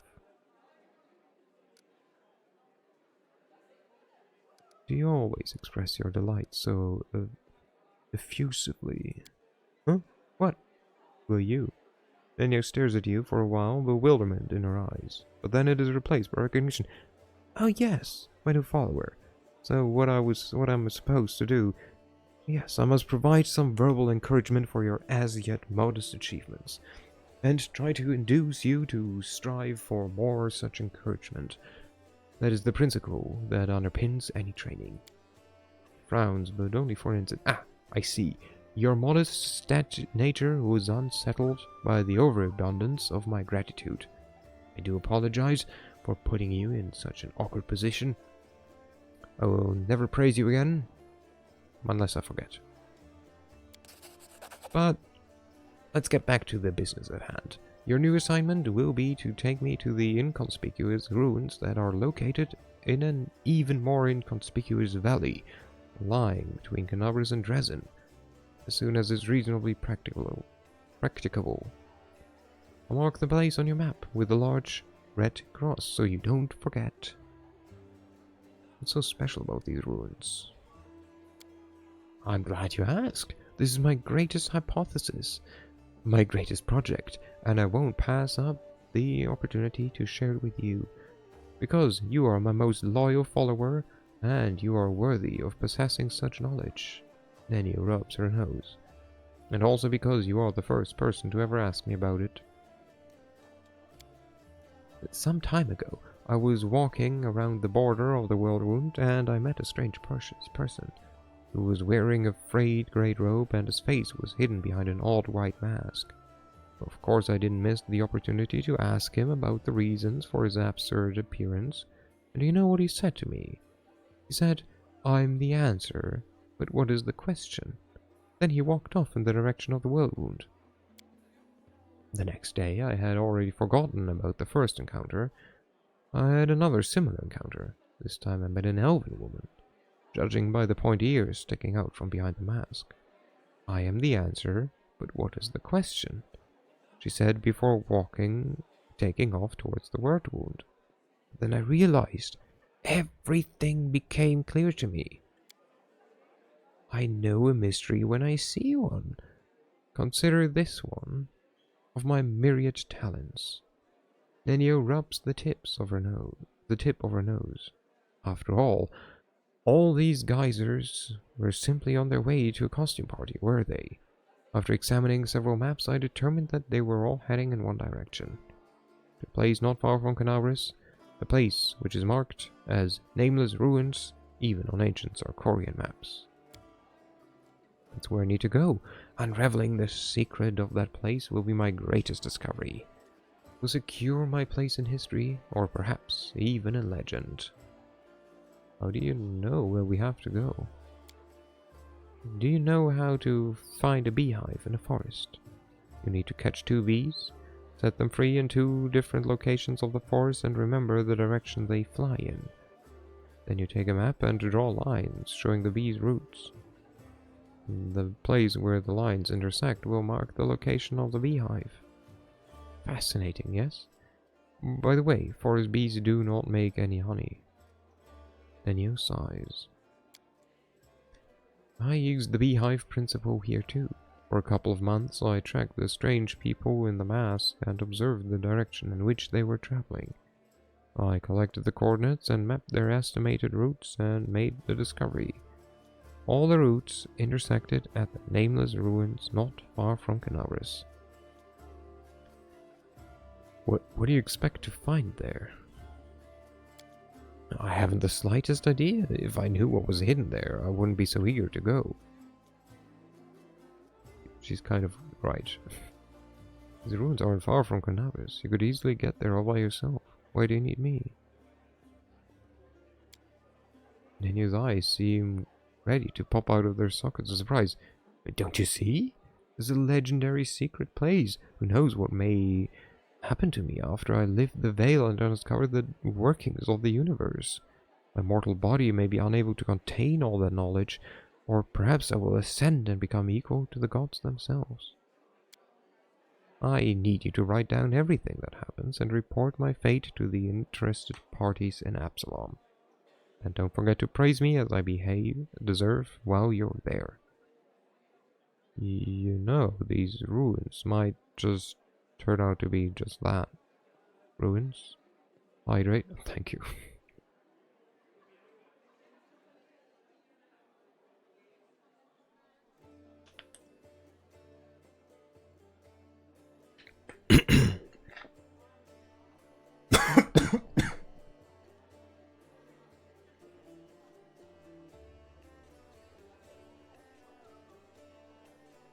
I drank too fast. Thank you. You know, these ruins of yours may turn out to be just that, ruins. Then you shucks. In that case, we'll write this experiment off as a failure and start another one. I don't know which experiment I'll try next. That's all I wanted to know about your task. Well, now you know. So off we go, then your friends. I just make a rhyme.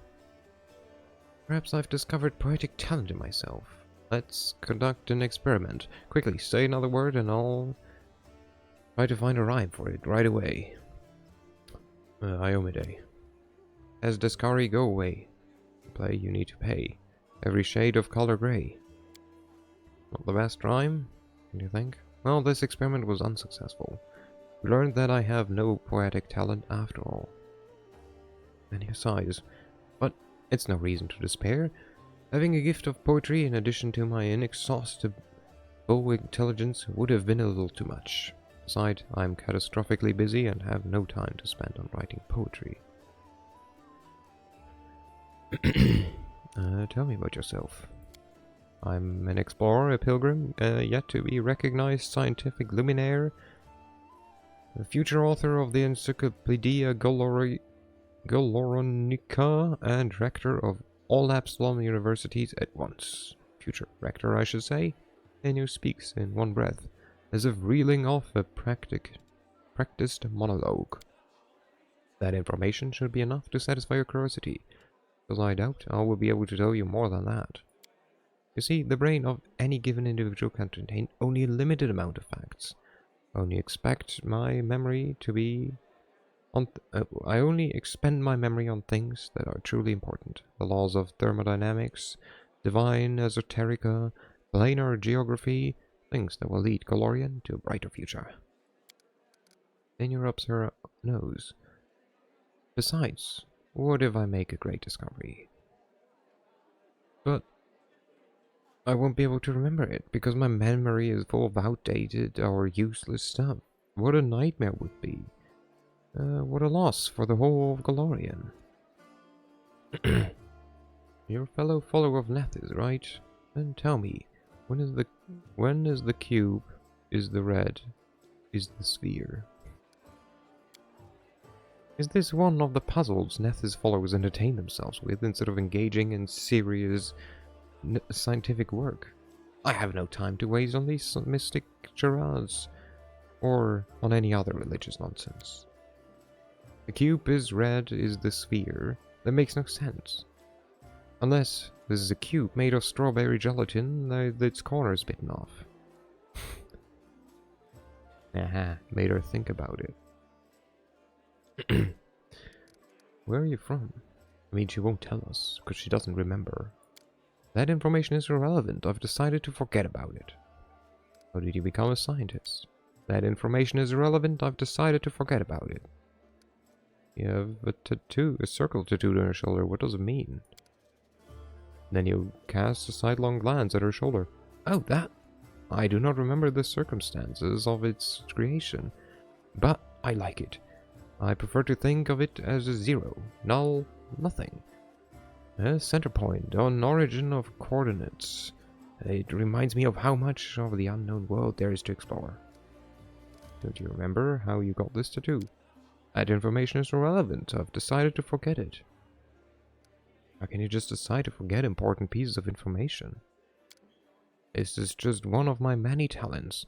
The secret is to stop thinking about the thing you want to forget, and Yes, if you hate reading, don't play this game. Yeah. I mean, I played through Kingmaker before, so, you know, I think I'm good.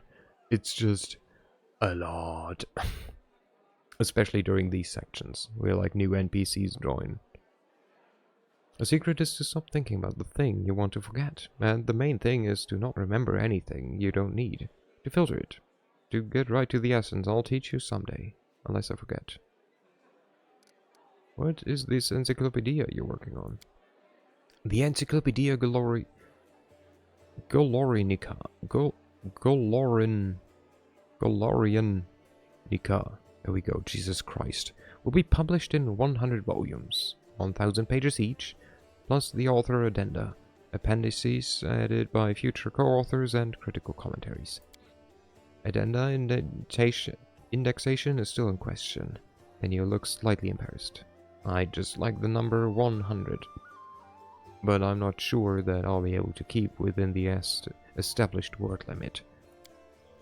It will be a magisterial piece of scholarship that will become a part of the mandatory curriculum of every educational institute worth mentioning. In it, I intend to describe every object, item, event, fact, and personality that is present on or at least somehow related to Golorian. My calculations show that I have completed no more than 1% of this monumental book. Do you remember your parents, your past, or is all that irrelevant too?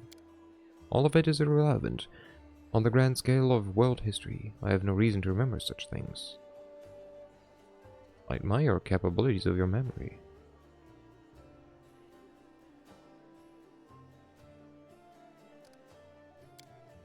What? What were we talking about? I'll stop torturing you with questions for now.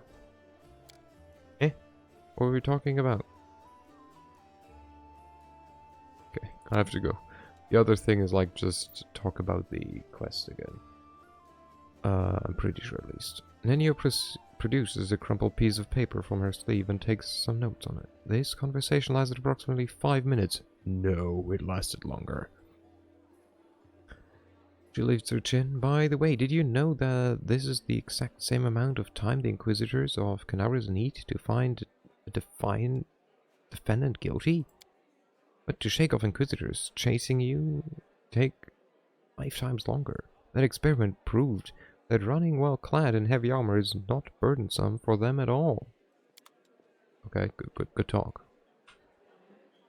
Have we done anything in here? The Dragon's Fate, blah blah blah. Clerics of Desnos have joined the Crusade. Yeah, that's good. No, we don't want to attack yet. Spies in our ranks of Estrad. Yes, we'll finally go to the Tower of Estrad. I have not yet decided who I want to take with me.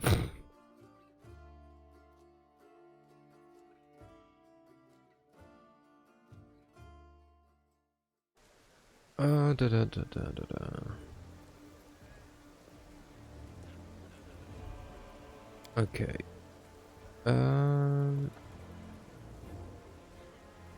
So I like the problem. Okay, so the problem that I'm seeing with cutting him out is that I would have no one with stealth.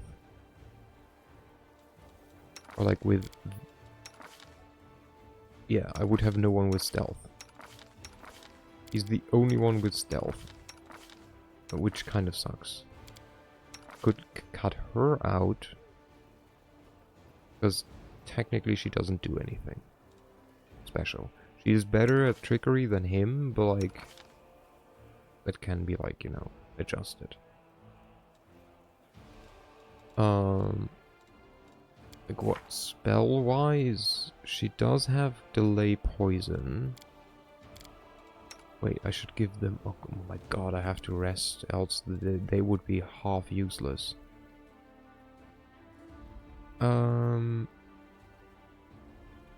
You get like...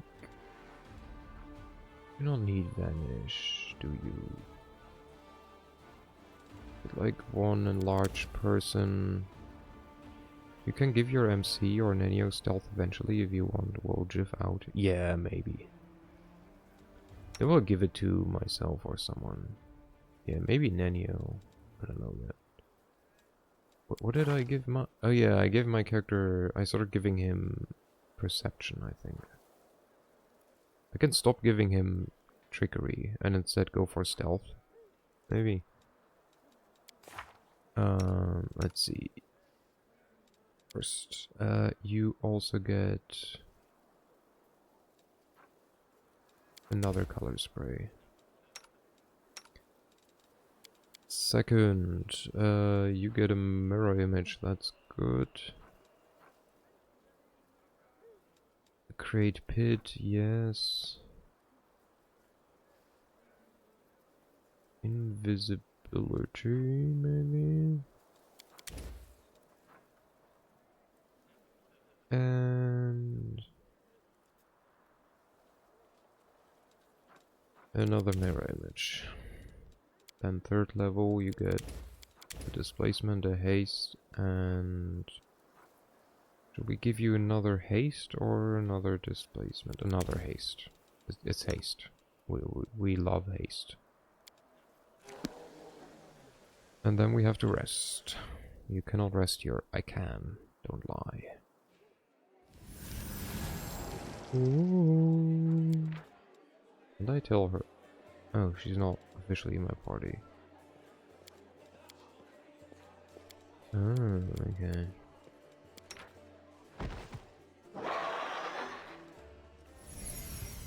What the heck is going on in the background?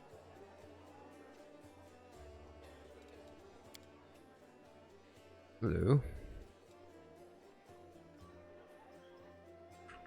Hello? Broke the game. Help. Help. Help.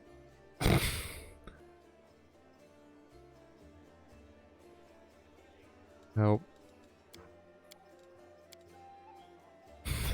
Shit. I broke the game.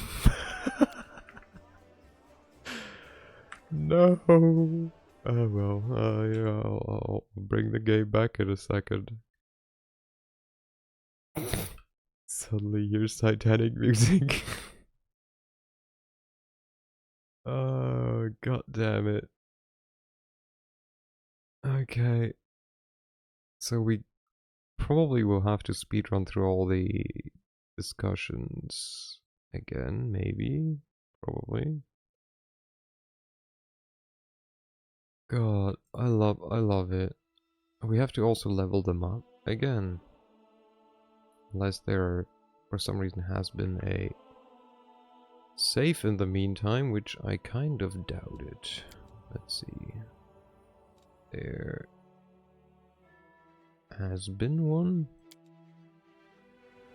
Why did I do a quick save? What point did I do a quick save? Research probably means I don't have to redo everything.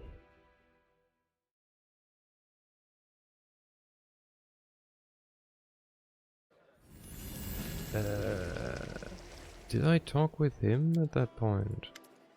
I have. Okay, so it was after I talked with him. We have to talk with Nenio, so that's okay. Happy to help. What's so special about the ruins? Okay.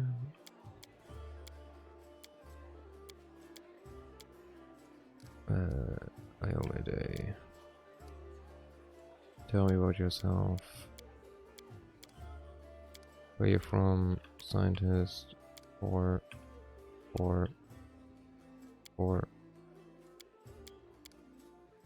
five. I admire. Stop torturing you. I have to go. Now we do spells. Double haste, one displacement. Here I gave her enlarge and a second color spray. Speedrun. Mirror image and one invisibility. Thank you very much. No one else is like... Try going out of the main room and back in again. Well, first I'm gonna load... save, I mean. Oh, you mean something happened? Yeah, that's possible. That's quite possible. That kind of broke the game, that like some kind of event was triggered or something. Yeah. They tried to... Oh. That was this... Oh, okay. Okay. It was a person. What in the name of the Green Mother's going on in this crazy town? The ceiling gives way with... Surprise! Lol. The ceiling gives way with a thundering crash and the griffin lands on the floor of the tavern. In a flash, the creature transforms. A huge red, bearded man now stands before you. Folding his arms, he casts a preparatory eye over the tavern, and in the deep, booming voice asks... We heard him say that. Who's in charge here? You there in the armor? Or is it you, tavern keeper? Or maybe it's you, old-timer? Oh, you, I remember. You were in that ravaged fortress with all the books. You can explain all this to me. His nut brown eyes bounce from Irabeth to Gremmel and to then to the storyteller, before finally landing on you. Well? Ignoring the look of astonishment, the man approaches and looks at you dead in the eye. We do not have the willpower to just look straight back at him. I mean, +4, no leads an 8. You know what? We've held presentations in front of more imposing people than him, maybe. Look back at him. Say nothing. You're good? Yeah. I rolled a 4. Let's go. Just barely succeeded. You stare wordlessly at each other for a while. At last, the big man looks away. Ah, you're good. All right. First things first. If by some chance you don't already know, they call me Ulbrich. Ulbrich Olesk. Chief of the Olesk clan.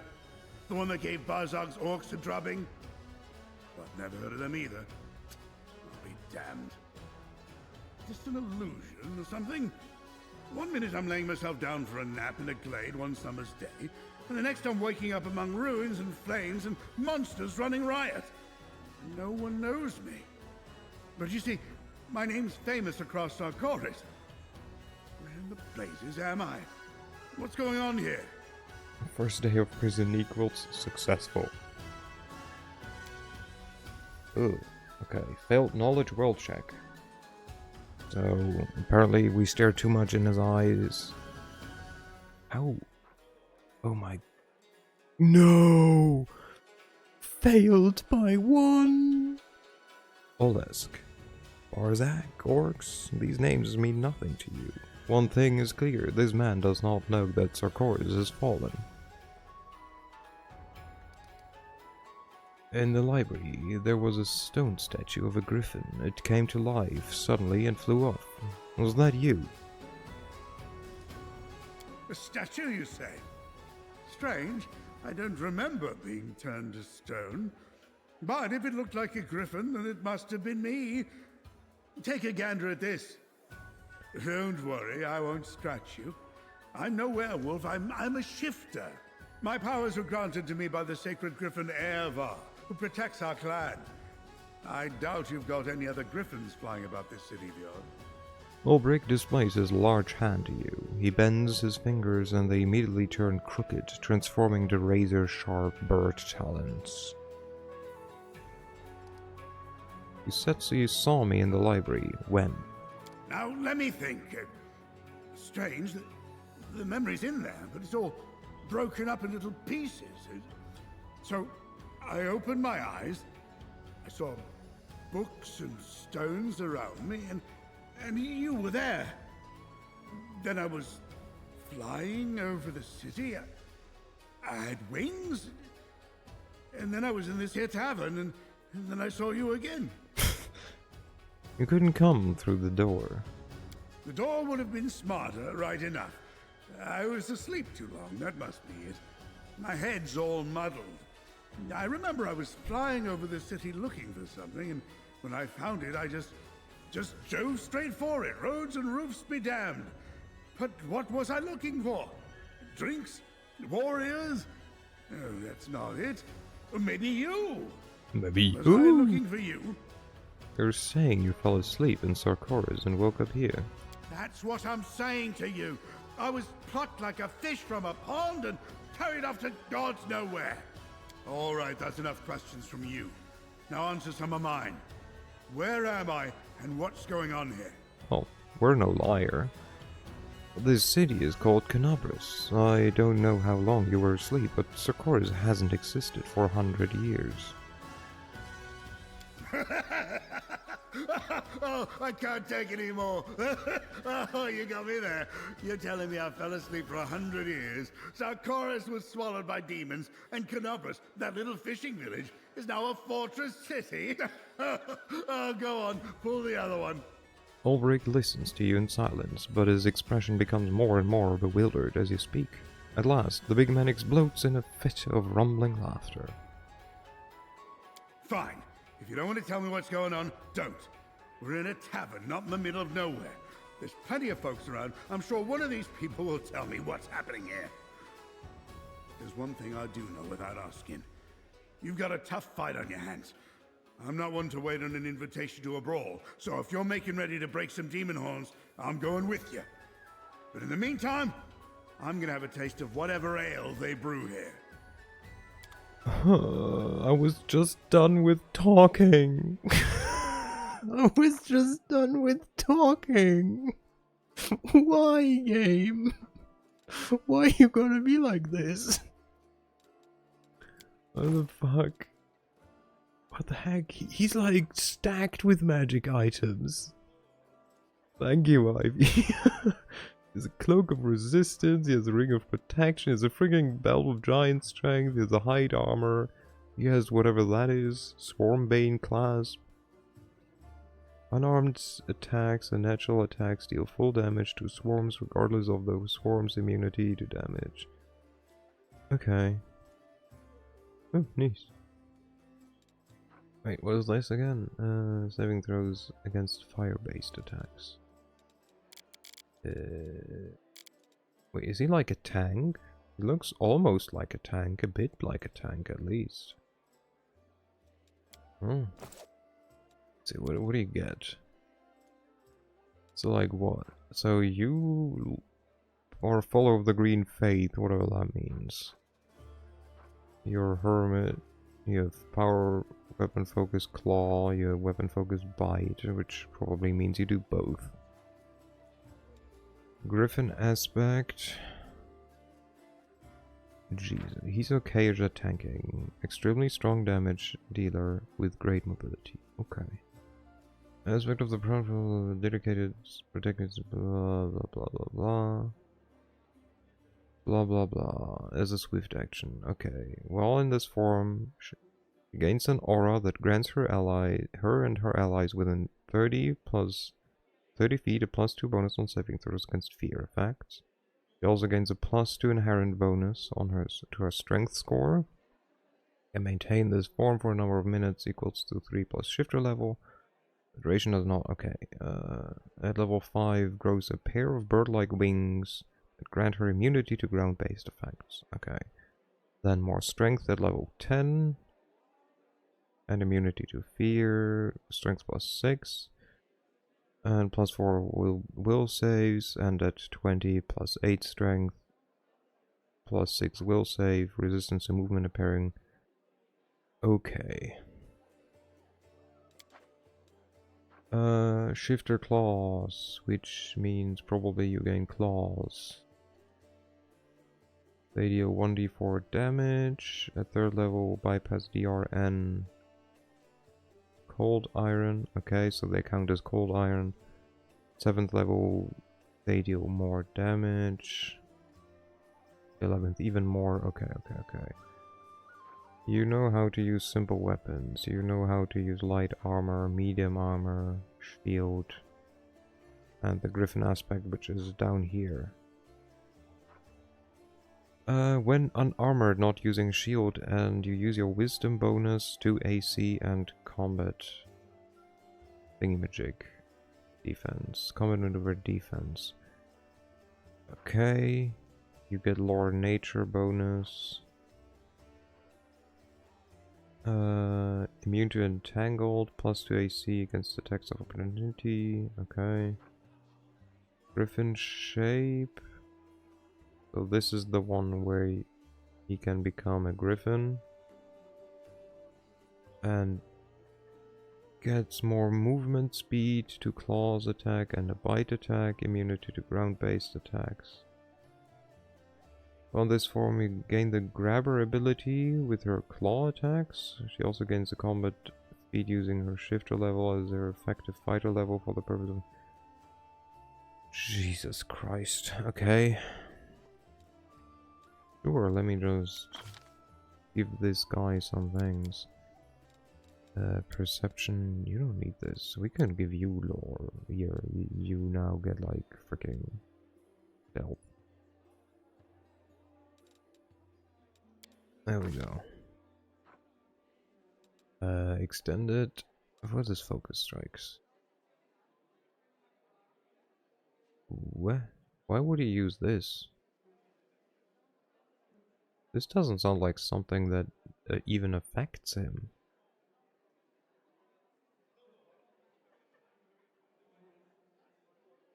Huh?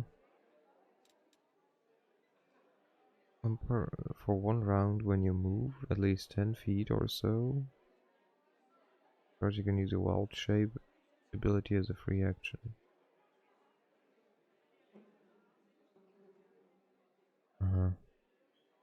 So I don't know if this is even useful because he doesn't wield two-handed weapons. He's a shifter, he attacks with his hands. So this doesn't seem to apply. More of that, it sounds useful. Again, wait, what is his wisdom? 2? Kind of. Point blank shot just because he could potentially maybe attack on range. This one just lets him run faster if he also shape changes.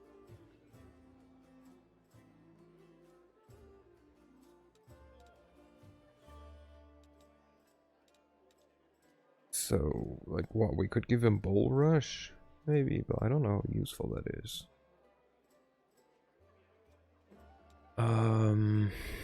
He has like decent dex, no? Yeah, he has decent dex, so we could definitely like he's a melee, so we could then at some point also give him combat reflexes. Or then seize the moment. Did I want to give him extend aspects first, just so he can be useful? I stopped playing when the DLC dropped, so I've never met this guy. Yeah, that's fine.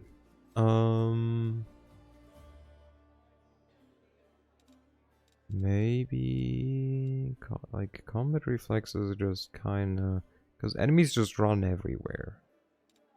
So more attacks of opportunities. He has a decent quest with a whole new area. Ooh. Oh, and he's a human. Okay. So I feel with him you probably want to go for like cleave. Just, does he need this? Like, so stupid question, right? He gains 2 claws on like a claw on each hand. Does that count as 2 weapon fighting? He doesn't need 2 weapon fighting. Okay, thank you. I feel Babs more like starts like knowing more and more what I was like going to ask. He's like, no, you don't need this.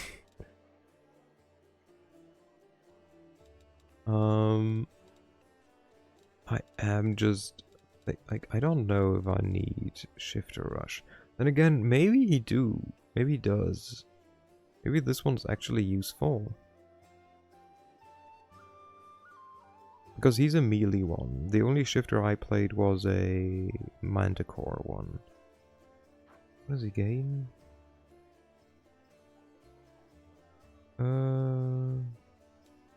Like, does Shifter Rush make sense? Normally it takes his action, right? This one I assume is being counted as like the greater shape? Like the major form? I would assume. Like, major form is never explained. Like, what the fuck does major form mean? But I assume this one is being meant as like the wild shape. Yeah, use their wild shape ability. So, major form is your turn, you turn into a griffin. Yeah, just kind of assumed as much. So this would mean I can run, turn into griffin, punch people. So we could do that. We could do combat reflex. I mean, he will get like more shit, but for now, I think, you know what? Might as well, right? Like letting him charge in, punch people, like turn into something. All the usual melee stuff is good on him. Yeah, I kind of assume as much. This is just longer, like more of the aspect, which in this case is the griffin aspect. Yeah, he uses natural attacks instead of normal attacks, so his standard martial feats don't work. I wouldn't go cleaves though, he gets pounds, so he's better off charging. Wait, he gets pounds? Wait, what? He gets pounds? Where does it, wait, what? Or is it a, like, griffin thing? He gets grabber, whatever grabber is. But he doesn't, like, how does he get... What does he get, pounds?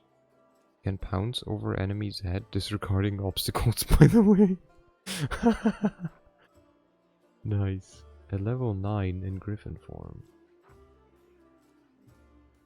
Griffin shifter gains the pounce ability. Oh yeah.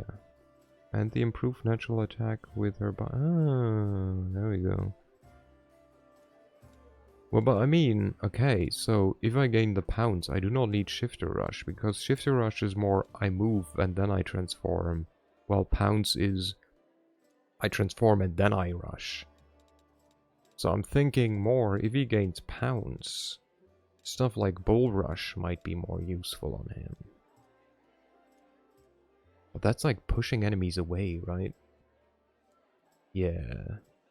I don't need to push enemies away.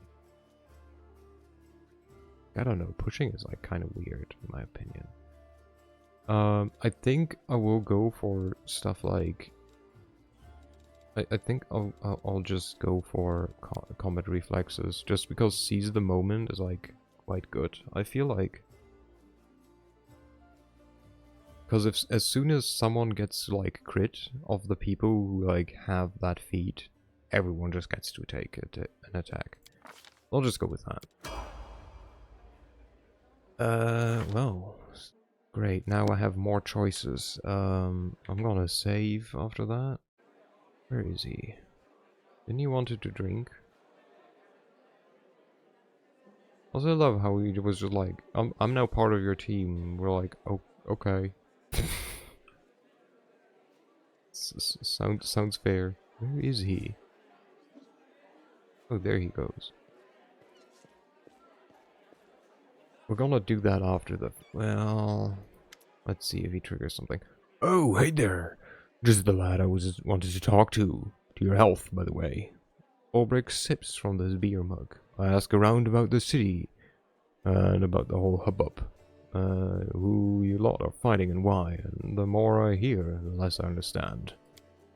So, you were lying, Kenabres, and the demon evading.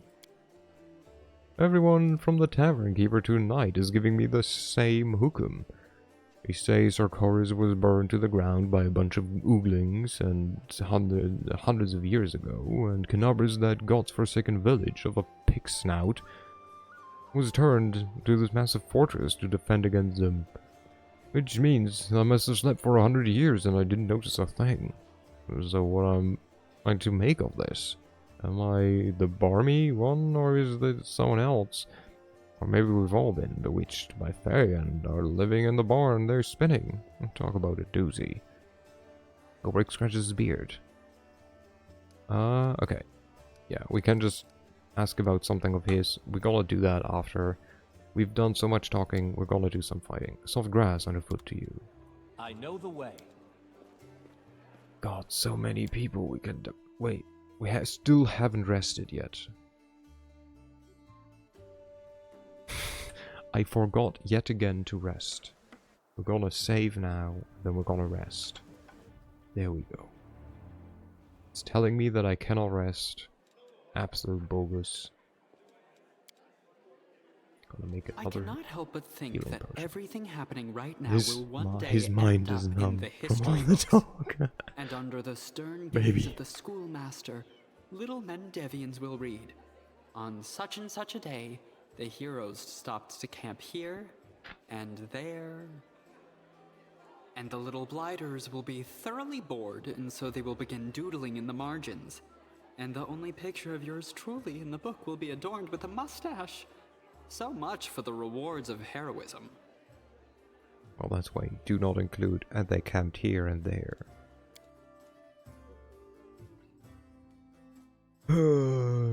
Okay.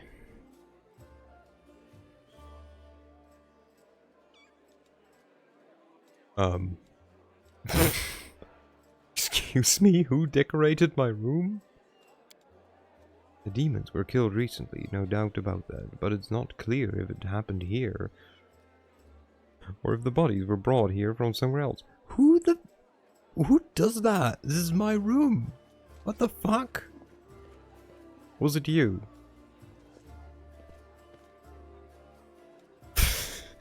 Imagine waking up in a room filled with dead fucking... Hey, we heard you liked severed heads. Yeah, I have a fucking severed head in my inventory. Here's some research material. I don't even know where I got that from. I don't remember anything about that. I don't know if I can talk to someone about that. We're gonna ignore it for now. I'm just gonna pretend this doesn't happen. Alright, let's go. Finally, save. Again. Area exit. Who do we want to take? So we need a tank. We're still at a point where we need a tank. So, she. We kind of like him. Because he's ranged, he's solid damage. Take everyone you haven't used so far. Do me like this. I'm currently the only one with like the ability to pickpocket locks. But you know what? Good point. We're gonna intrude. We're gonna do a big fight with people I have no clue what they can do. Okay. We're gonna go to the Tower of Astrod. Run. Run. Look at us go. You failed to sneak past the enemy. Prepare to fight. I mean, yeah. No big surprise there. Also, wait, I wanted to check something. They are the darkness. Why? I was going to ask. Oh, because it gives him more AC. That's why he's actually wearing it instead of using nothing. But I cannot give this to him, can I? The few encounters you have left before the garrison aren't too challenging. It's a good time to learn how the new characters work. Yeah. The Go. light take you. Aha! Okay, Ninio, you're a freaking clusterfuck. Auto casting. Yes, yes, I know. No, she doesn't have it. It's auto set. What the fuck? None of these will deal like solid damage all the time. She strikes me, yeah, sure, more like an acid splash kind of person. Dismiss spell goes there. A large person can go there, sure. This can go there. Ooh. Thank you, fairy. Then let's see. We want haste maybe up here.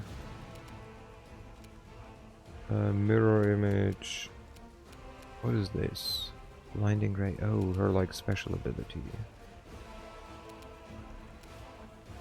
Or do we want to have like buff spell, AoE, like crowd control can go there. Kind of weird damage. I guess kind of counts like a buff, no? I like this for now. For now, this will do. You should have listened to reason. Kill. Never mind. I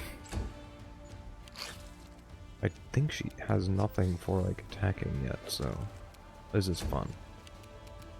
You step away. Oh my god, we need to do the same with him. This can go away. This is remove fear. Your channel positive energy can go there. This is a bit of damage, this is more healing. Remove sickness. I don't know if we ever will need that, but sure. No. Like this, like this, like this. For now, okay.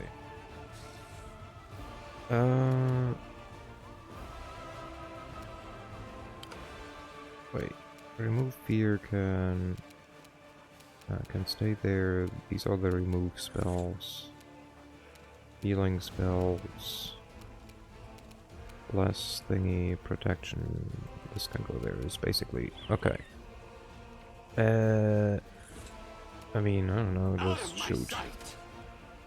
Never mind. Because I gave him the light crossbow that gives people their Oracle Curse.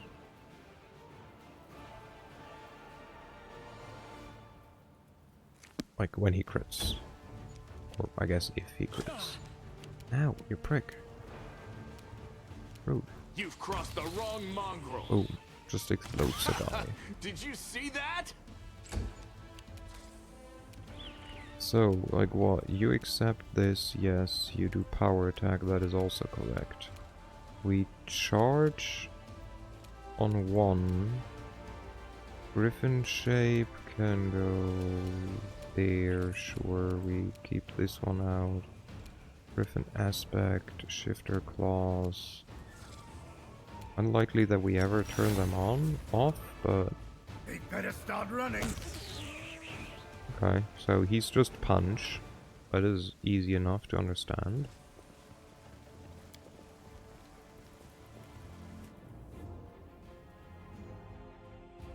So in combat I'm not like quite sure yet.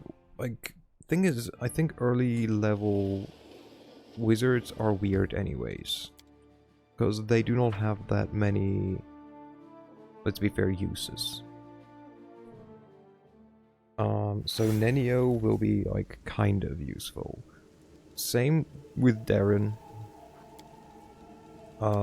Because he's a healer mostly. They have no damage, so they do control things. Yeah, basically. We don't want to have something like this. Wait, how do we want to do this? You go there. You go in the front with her.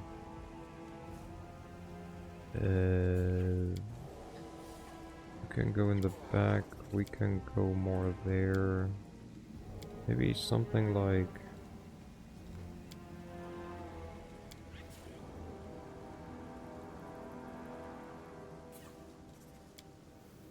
Maybe something like this? Wait, oh, this kinda doesn't make sense. Wait, maybe we do this, this, this, this, this. Oh, this looks okay. Yep. So, I didn't even get to save. Oh my god, an angle! Kenabres burns, the city that should never have fallen. Fate shows no mercy. Grease, glitter dust, etc. Yeah. Okay. What else? Darkness and malevolent rage hide behind the many masks, but I see them for what they are. I see them in you. Okay. Good talk. And now? Another one. I hear the echo of menacing footsteps. I feel the heat of ancient cursed rage. Old enemy, you will not escape so easily.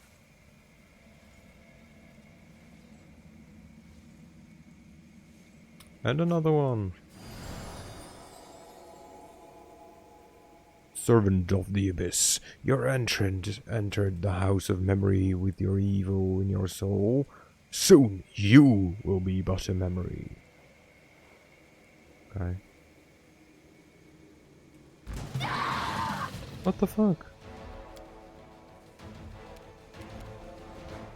Vision of Yaniel. What is your problem? Let's try this way. Aha. Die.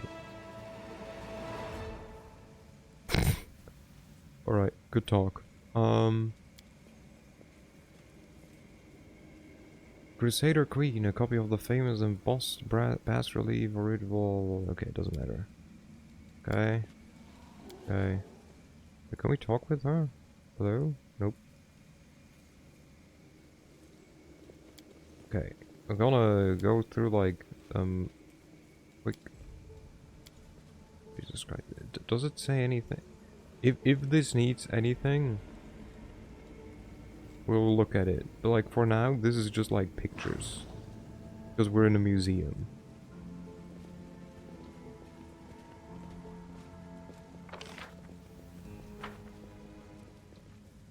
As far as I'm aware, we do not...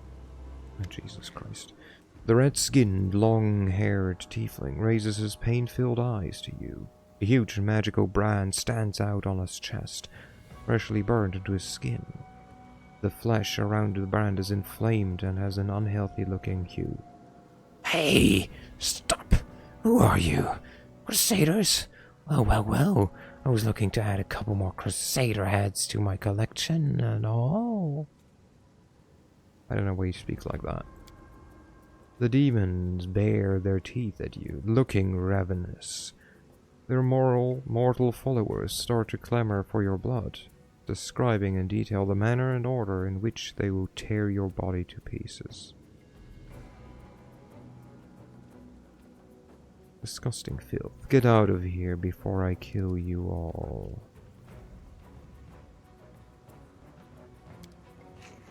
Oh well, we failed.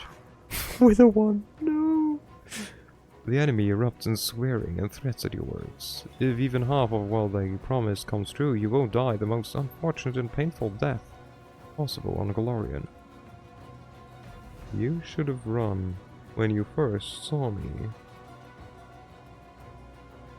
I can kill you right now, or I can give you a few more minutes of life, if you answer my questions.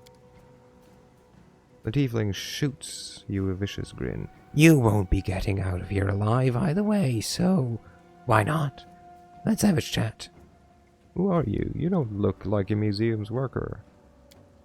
I am Faxon, servant of Baphomet, the ranking member of the Templars of the Ivory Labyrinth in this city, a new master of this tower, and you'd better watch your mouth, or else my curses will rip your soul to flaming shreds.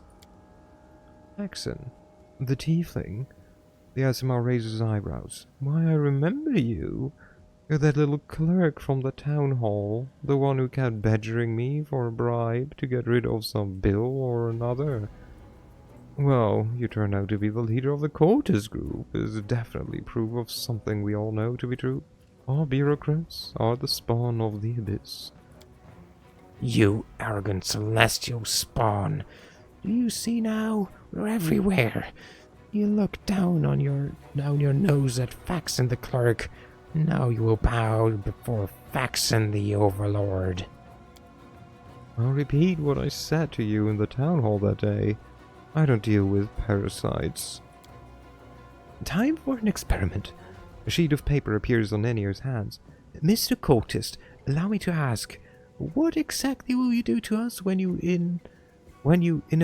inevitably vanquish us? I'll curse your souls, skin you alive, and piss on you while you lie there dying. I kind of get more and more while this game might be rated R and like 18 in Germany at least. 1, 2, 3 threats, and all of them already on my list. And you checks the list and sighs. This specimen of demon worshipping is utterly devoid of ingenuity. I'm not certain that his superiors would even notice the death of an underling as lacking in imagination as he. You filthy scum! I'll break your legs so they bend the other way. There are depictions of gruesome torture. Yeah, I guess. But you won't be able to scream because I'll cut off your ears and shove them down your throat. Demons are not nice. Yeah, they tend not to be. Oh, now that's better. Much better. Her pencil danced across the page. 2 totally new threats for the encyclopedia. I thank you for your contributions, Mr. Cultist. Curses! You can't touch me! Ulbrich crosses his fingers, stands on one foot, and spits 3 times over his shoulder. Vex me, I care not. Say a spell, your tongue will rot. That won't save you from demonic magic, I'm afraid. I'm not even sure if you hop. Not even if you hop up and down a little. How do you know? I've been doing this my entire life, and I'm still curse-free. See? What are you doing in the museum? For the last 3 months, this tower has served for cover for me and my servants. I set up my base in the cellar of the local museum and smuggled an entire regiment of my Templars into the city. Templars are just... okay, just people from Baphomet. Nice. It's the ideal place for a secret hideout. The museum was left in the charge of a doddering old man who can hardly remember his own name. When our Lord struck Kenabres, we plunged a blade into the Crusader's back, and a glorious fight it was. It was a fight to plunge a blade into an old man's back? What? From now on... now Lord Xanthier has ordered us to strip Kenabres of everything that might be of interest to him, and remove it from the city. He is a greater master of the occult and magical arts, and this museum is chock full of all kind of relics that could prove very interesting to study. Look awful. What's wrong with your tattoo? The tiefling gives you a hateful glare. Lady Minigo was displeased with me. She branded me with this rune to make me suffer. Minigo wanted me to subjugate the demon of our ally, the Scoury, to wrest control away from that idiot Killis. But I failed. Okay, well that sucks, right? Get good? Yeah, get out the gun. But it seems my luck is turning. You don't look like rank and file crusaders. When I bring Minigo your heads, all will be forgiven, and to remove this brand. Well, you really should have run when you first saw me. Faxon's eyes narrow in fury, and he releases a feral shriek that sets his gang slavering for your blood. Killis was the dude you saw get stabbed by Greybor during the tavern defense. Ah, nice. Thanks for that info. The demons and Templars give answering howls to the leader and surge forward to attack. Okay. There's one ranged dude. You know what? Maybe... oh, there's a dude down there too. We can jump over here if we really wanted to. Should we just... So this is the... This is the one with the aura. Or we just turn into a griffin. Boom! Get wrecked, nerd. Jesus Christ, and I get a bunch of other stuff. Okay, return can go there. Grabber. Whenever this creature hits an enemy with a melee attack, it also attempts a grapple maneuver check against its target. Wait, what is this? Death from above. Full round. Release grapple. Okay, this can go there. Do I need to activate this? Yes.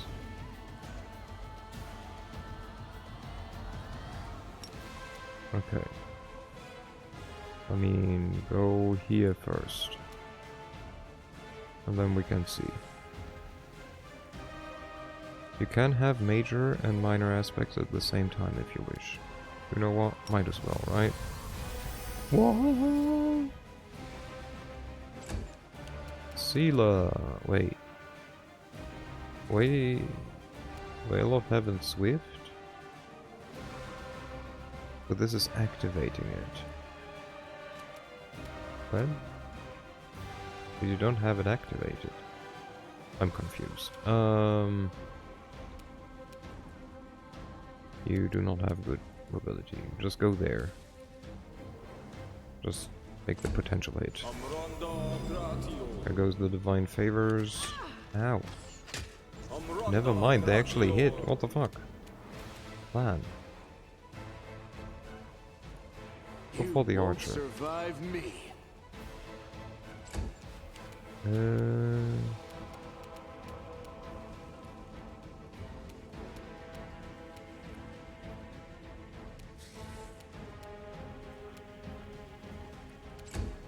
Okay, Flexen Acid Arrow. Wow, they all hit. What the fuck?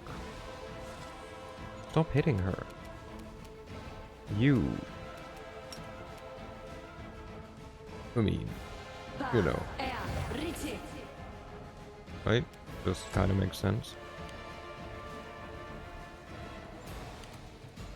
You go away. You are currently, because it's the first turn, you're staggered. Meaning I still have to kind of bring you here, maybe. Oh hey, an enemy that didn't hit. What do we do? We can reduce someone, or we just shoot people. We have 2 attacks. Let's go. This will hurt.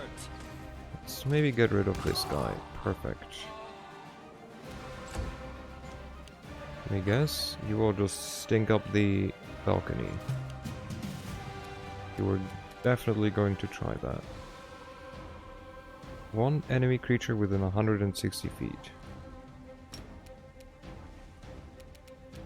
I mean... Yeet! Get wrecked. Okay, nice. You can go. Oh, this is a tiefling.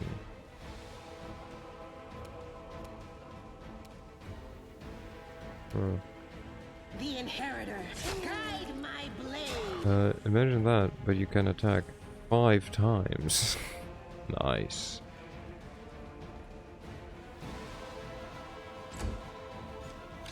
I see the appeal. I see the appeal. Go for... He has 3 attacks now on default. Endure this. Let's go for the abracadabra. Perfect. And then... Oh, right. Going for the dredge. That's perfectly fine. You moiter that one, and then go for this guy. Hey, Nenio. Okay, what does this do? Standard action, you fire a shimmering ray at any foe within 30 feet of the ranged touch attack. The ray causes creatures to be blinded for 1 round. Creature with more hit points than your wizard level are dazed for 1 round per level instead. With more hit dice than your wizard level... Okay, so basically if they're a higher level than me, they are only dazed. You can use this ability a number of times, okay. You do not give a shit about that. Oh, okay, we got like all extra attacks because of the... I realize why. I'll remove this obstacle. Sure, go down there. What could possibly go wrong? See, they hate lasagna way more than they could ever hate me. Sela? Only you have taken damage, right? Here, take a cure moderate wounds. There we go. Good girl.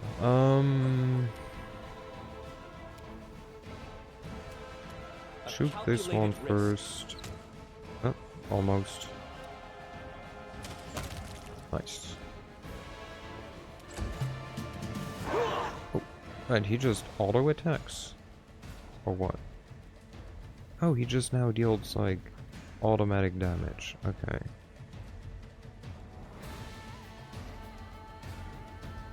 Wait, if I release this... Oh.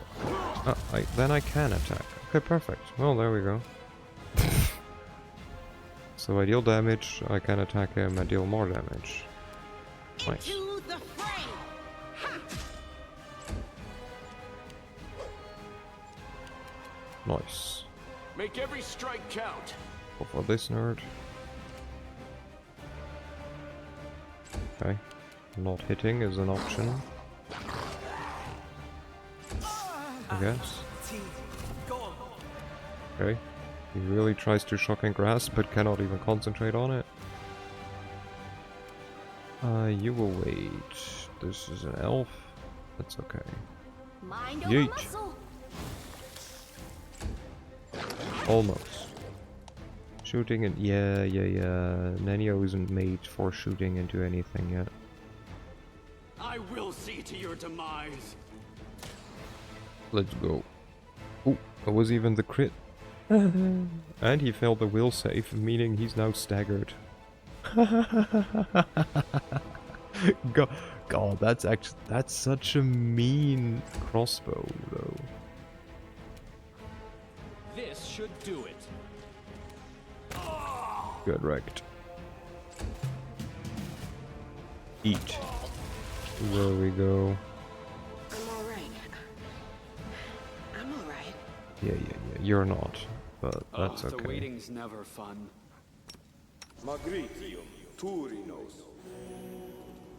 Wait, why do they like? Okay. No suitable spell slot. What do you mean? Just get rid of this shit. You. Just drink some potions, please. Also, where? Oh, because I made some of them, or what? No, man. Spells usable by...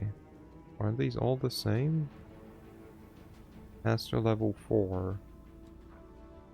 Master level 5. Oh, because I made some of them. Oh. You get to use my potions. These are nice.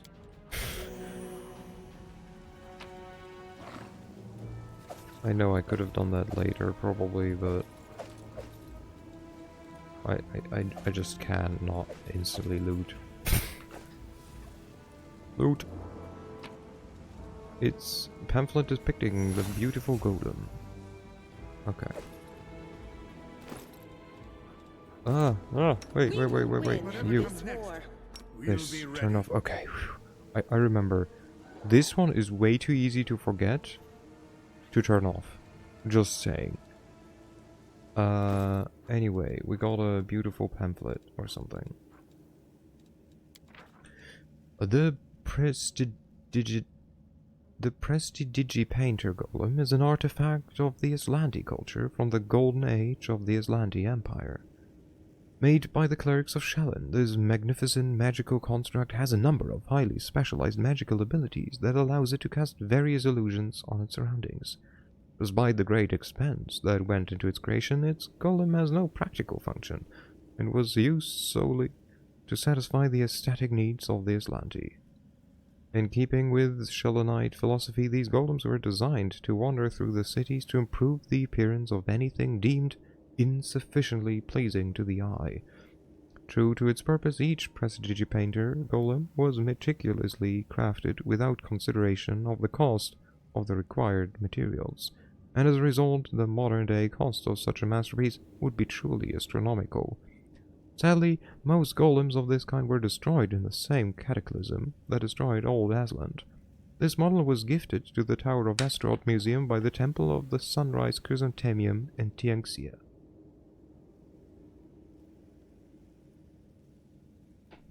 Nice. Do we learn something from that?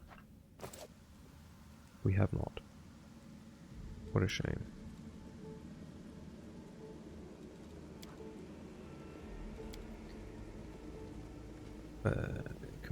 Can we please look? Prestidigitator Painter Golem created by Shallan. Okay. Follow my lead. I'm gonna look up here, push the column. Can't hide this from my eyes. Thanks, man. You're so awesome, Oh, Lan. okay, so I guess if I had sneaked in here I could have. At least this time no one died. Buckler +1. There's a... What a discovery. Okay, I mean, we're the best trickster, funnily enough. It is finished. It works. We're good enough at it. Push another trap. Okay. Okay, so a bunch of traps that we could have triggered. I guess we could have jumped over here. Okay.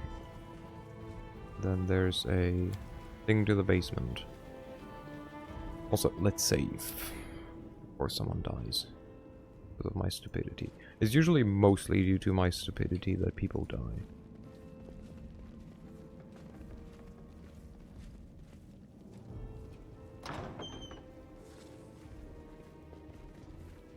Loot. A book called Angels. Nice. Nothing? As it should be. Edible moss. Ooh. Hello. Who are you? Telmer. A pale and frightened half-elf looks at you warily. Warily, his face is twisted into a grimace, like he just ate something slimy. Hey, who are you?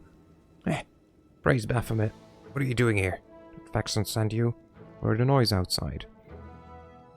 But I was just making a list of the relics. Did something happen? What are you doing here?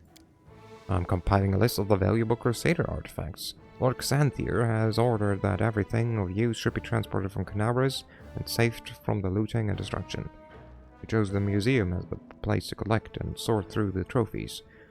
Unfortunately, the local thieves have proved even quicker of the mark than the demons. They ransacked the museum in the first few hours of the assault.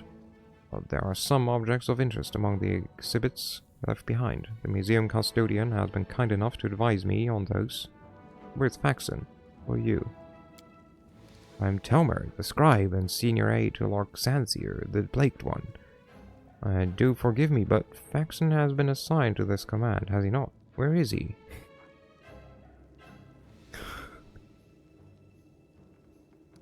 Where's the museum custodian? Over in the gallery. I deceived him. I told him I was a crusader. It wasn't difficult. The old geezer is out of mind. So tell me, where's Faxon? Old wives' tales say those who disrespect their elders get hook-winked by fae and made into their servants. I thought they made up this nonsense to frighten children. Turns out all of it was true. Those old wives tell their tales for a reason. We had a story about a mushroom witch back in Neathholm. Some children would wet their beds after hearing it, but it sure did stop them from trying to eat weird mushrooms. Get your hands off the Crusader relics. The half-elf leaps back nimbly, pulling a sheath of paper from his back as he goes. No, I have valuable letters from Lord Xanthir here. I must destroy them. Coldus balls the paper up in his fist and shoves them into his mouth, then begins furiously chewing like a hamster. A moment later, the half-elf's eyes bulge and he opens his mouth, which is stuffed with masticated paper. He tries to cough, but nothing comes out. The failed saboteur looks at you in desperation. His eyes are streaming, his face is growing paler by the second, and he falls to his knees. A strange wheeze emerges from behind the wad of wet paper. His expression veers from hilarious to grotesque as he signals to you for help. No! I want to read what it says. Spit that out. Want some salt or pepper with that? Now, I've never tried eating paper myself, but a little seasoning goes a long way, whatever the meal. Confiture. The perfect accompaniment for paper is apricot confiture. How do I know this? An excellent question. As a child, I once ate a piece of my exercise book in front of my horrid music teacher, despite her. A worthy experiment. Incidentally, did you know that leather book covers, unlike paper pages, are not fully absorbed by the digestive tract? You know, we're gonna silently watch him gasp for help. Well, yeah. Yeah, we're just gonna be like, The half-elf falls into convulsions, scrambling at his throat. For all that time, he looks at you in terror, the bystander of his horrific demise. What an idiot! Goddesses punish them all. At least we can see the kind of mind that swears allegiance to a demon lord. I wish cultists were as dumb as this one. I love how even the paladin's like, what a fool. At least the wretch did one good thing in his life, giving us a little entertainment before he popped his clogs. Darren says in a bored monotone. It all ends quickly. The half-elf's lifeless eyes stare up at you in silent rebuke. Give me the paper. A wad of crumpled pieces of paper with visible bite marks and traces of saliva. The writing is blurred and indistinct. Most of the words are completely illegible, but some fragments are still intact. Carefully pack up all the relics and valuable magic items and hand them over to the same courier that brought you my potions. Later, I may carve out some time away from my scientific research to sift through the detritus you managed to steal from the Crusaders. I might as well not bother, since your finds will almost certainly be of no use to me, unless I find myself in dire need of paperweight. Still, this mission keeps you occupied and gives me an invaluable opportunity to work without you sticking your nose in my experiments.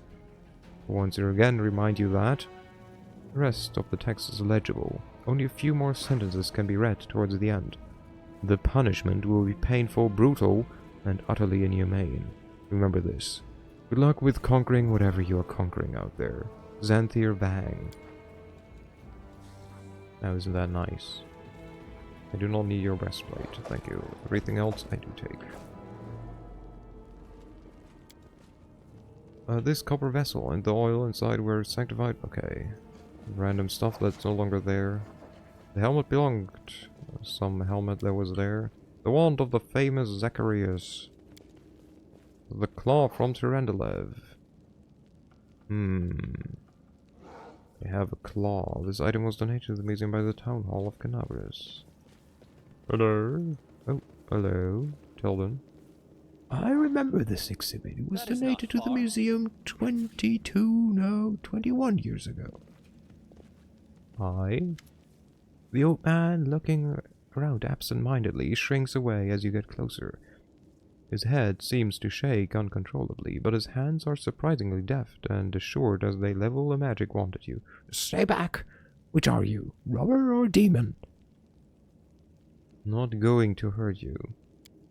The old man goggles at you in terror, but he doesn't lower his wand. A rustling comes from somewhere behind him. Rats. The old man wheels around fearfully and peers in the direction the sound came from. The hand holding the wand gradually falls to his side. When he turns back to you, there is no fear in his expression, only vague confusion. You? I'm sorry, I was distracted. What were we talking about? Who are you? The old man lowers his wand in what?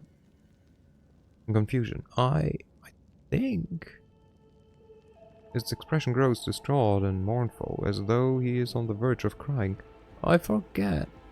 His gaze falls on a piece of cloth carefully stitched to his cloak, which reads, Teldon, Tower of Estrad Museum Custodian. Ah! I'm Teldon, the custodian here. My memory isn't what it once was.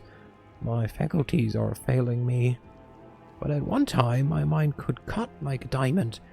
I was a battle mage, one of the few who survived the Battle of the Lost Chapel. But I'm an old man now. Sometimes I set down my eyes one moment, and the next I can't remember where I've put them. Oh, my keys, not my eyes. That makes more sense. Controlled amnesia, the ability of the mind to eliminate non-essential information. And he appears at the old man with suspicion. What we have here is a case of plain old senility. I don't know. This is what happens to sorcerers. This old fellow must have swapped his memory for spells and lost his marbles as the years went by. With a pleased smile, the old man pulls a hefty set of keys from his pocket and proudly shows them to you. Again, I have to sneeze, I think.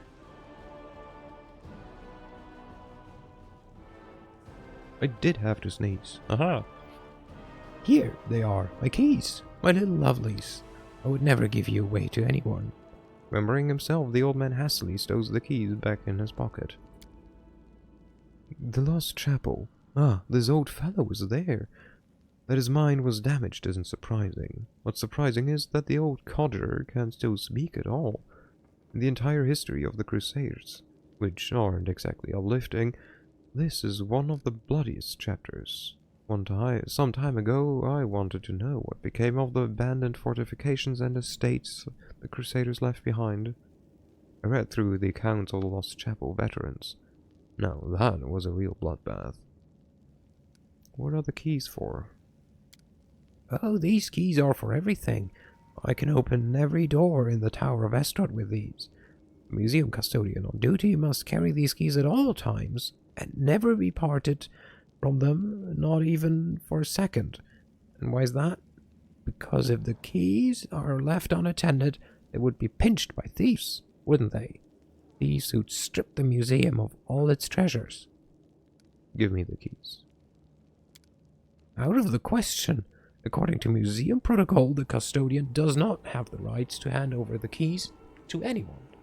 I'm personally responsible for the safety of the exhibits and the storeroom. Don't you understand? This museum holds things that could help in the fight against the demons. Biting his lip, the old man holds out his keys to you. You're right, I'm just an old duffer. Take whatever will help you and go defend your city. Or did the demons spare you? The old custodian looks at you with stark surprise. Demons? There have been no demons in this museum. I heard them breaking into the tower, but then everything went quiet. Then a very polite young fellow came along, a half-elf. The Kenabres was under attack, but the Crusaders had everything recaptured, the tower. He said he'd been sent to oversee the evacuation of the museum. He was very pleased to find me here. I've proved a very useful resource. I showed him all the most valuable relics, explained what they were, and he wrapped them up. labeled them, and carried them off somewhere. And I've been here all this time. I looked at the doors and stood guard to make sure no demon got in. But I see not one of them. I haven't heard any either. I've grown hard of hearing over the years. The half-elf was a demon worshipper. The old man frowned in confusion. What do you mean, demon worshipper? That fine lad, so well dressed, so polite? He said the Crusaders. Oh my word. The relics. We must go after them. The old man works himself into a state, bitterly lamenting as he roots through his many pockets. The outburst doesn't last long. The motion of his hands slow, and the awareness fades from his eyes. He stares off into the distance and looks at you, wets his lips, and sheepishly inquires, Sorry, did you say something? What happened here? The old man bursts into agitated muttering and gesticulating furiously with shaking hands. First the bell started ringing, then there were noises in the streets. Then the dragon, Lady Tyrendelev, began to roar. I went to lock the door, but they were already inside. The thieves. There were 7 of them, or perhaps 10, I don't remember. They were talking some rubbish about how they were all orphans, supposedly, and that they were dangerous. They grabbed me and wouldn't let me go, and then they looted the place. They took everything with even a lick of gold in it. Relics, too. The museum boasts a very extensive collection, you know? And worst of all, they took the wand. And when they were done, they tossed me aside like a piece of old junk. They didn't even bother to kill me. The museum custodian looks at you with affront and anguish in his eyes. What wand did the thieves steal? The wand of Zacharias, my master, who was a great man, the hero of the defense of the lost chapel. And those scoundrels took his wand, a relic. Ballads are sung about Zacharias, and they're just damned thieves. Master Zacharias will return, and he will assemble all of us, his students, and we'll show them. Oh, show them what Battlemage Telvin is made of. Fury sparks in the old man's eyes. His spine straightens, and in a fluid motion his hands raise his wand at the ready. But a howl of rage from outside frightens off the ghosts of the past. The old man turns around and looks at you in befuddlement. You were just asking me about something? I forgot what it was. Where can I find these robbers? The old man throws up his hand. I haven't the foggiest. They're thieves. They know out of the way places where they won't be found. That's where they are. They're still alive. But they won't be in the city. I heard them talking among themselves about how they need to get out of Kenabres before the demons wipe them out. You're right. The old man smiles piteously and makes a helpless gesture. Old age, my young friend, old age and the poison of fear seeping into my mind. Both have turned me from a crusader and battle mage into the sorry specimen you see before you. This museum is all I have. Whenever I forgot who and where I am, I just read the exhibit labels. They are of the past, just like me, and now some ruffians have ransacked this place. I'm frightened, my young friend. I'm very frightened. Tell me about the exhibits. The old man seems to come to life. It would take a lifetime to tell you all there is to know, but I'll take you on a tour of the highlights, some of my personal favorites. You should have a look yourself, you won't regret it. For instance, we have a painting there depicting angels fighting demons. Now, you may find it hard to believe, but in the First Crusade, many heavenly beings fought shoulder to shoulder with crusaders. And these two in the paintings are Targona and Lariel, the Silver Twins, as they were called. I actually met them, you know, when I was a young man studying under Master Zacharias. They had no airs or graces about them. They walked among the mortals. They spoke to us. They healed our wounds. Lady Targona I remember especially well. She had a special unearthly wisdom within her. The angel Lariel, on the other hand, was known for his daring, and the youngest crusaders idolized him. I wonder where they are now, the twins. We don't have celestial beings in our ranks anymore. They all left sometime during the Second Crusade. On a very important mission, they say. but I do love looking at this painting and remembering those days when envoys of the heavens walked among us and the light that seemed to shine from within them. The old man wipes his eyes. What was I saying? You must be a messenger, yes? Or are you a visitor? Why did those times end? Why do celestials not fight with us? Still, heaven has not abandoned us, surely. You say that angels Dragon and Lariel are twins, but how can angels have siblings? That's a good question. Of course, angels are not born like mortals, though they can have a mother and father, or sisters and brothers, as we understand them. Angels come into being from reincarnated souls, or from the purer essence of the upper planes. Sometimes angels may adopt some features of mortals. For instance, they can identify as male or female, although that is not generally their way. Some of them can also develop bonds of camaraderie or even kinship. But the case of the Silver Twins is still rarer. They are two angels who emerged from one soul. What else should they call themselves if not twins? Okay, go to the Defender's Heart. There are good people there they'll look after you. The old custodian gives you a toothless smile. Really? It's safe there, but how can I leave the museum? His gaze falls upon the traces of the ransacking, and the old man becomes lost in thought, as though trying to find an explanation of what he's seeing. You know what happened here, don't you? Thieves, they were, prowling about. Wanted to rob the museum, but I stopped them. Those ne'er-do-wells came in here, and I gave them what? And I gave them what for? A dose of battle magic. They won't be coming back. Don't you worry about me. I may be old, but I can still hold my own. Okay, sure. I'll have to go. Loot. Loot. Loot.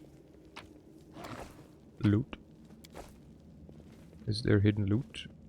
Maybe. Maybe loot. I'll go ahead. More loot.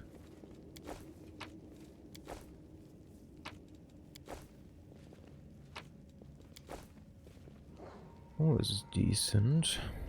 I know the way. Blood. I have a hunch. Can't hide this from my eyes. Jesus Christ, there's freaking traps everywhere. A trivial matter. A trivial matter. And then there's one. It is finished. Loot. Loot. Loot. More loot. Grace of peace, huh? Loot. Save. Missed me already. You probably have guidance, right? Yes. Focus on the goal. Pick the lock. A trivial matter. Ooh, magic essence and a longbow? Question mark. Entrapping longbow confirms a crit. All enemies within 10 feet must pass a reflex save or become entangled. I mean, but it's not called iron. Ghost touch. Technically, Finian is better, no? Huh. This one has a nice special effect, but I don't know.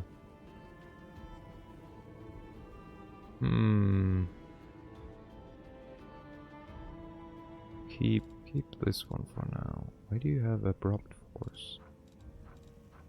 What was this? Cookery, +2 damage against... okay. Woo! Solo, welcome back. Earth is still going, yeah. We like read for 2 hours. Like 1.5 or something. For a long time. Because it turns out the people have a lot of stuff to say. How's it going? How was the D&D? I hope you enjoyed. Lady Calandra's chain shirt. +2 mithril chain shirt. Technically, couldn't we give this to him? Could give this to him, or this one to him. This is medium armor though. This isn't. Here, take this. It was fun, thank you for asking. Of course, listen, I'm like obsessed with like asking how people like playing like D&D, especially like for like the first times goes. Did you get to AB, BAB, DC people in the face? I think he was playing D&D 5e, I assume, because it's like, let's be fair, easier. But yeah, did you get to BAB? Did you get to BAB people in the face?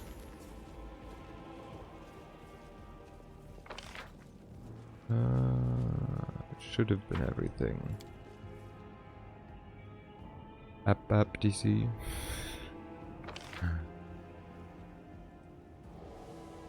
I don't know if I have to do something with these guys, but... Oh, they're gone, never mind. No clue why the annual ghost decided to attack me and then vanish from like one attack. Oh, well, I could have destroyed. Oh well. Alright. Let's see. There's a wine cellar.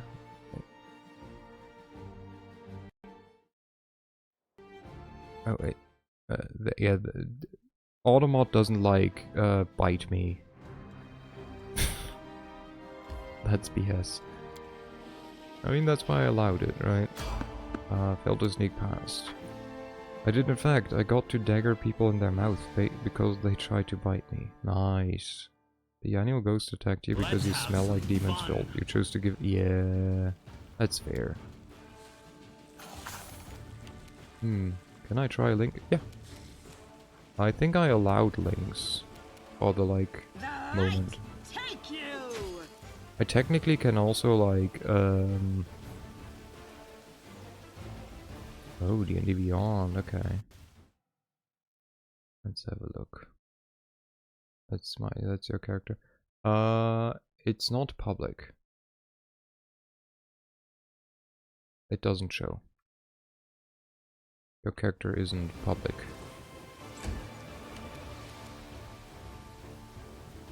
I'll be right back.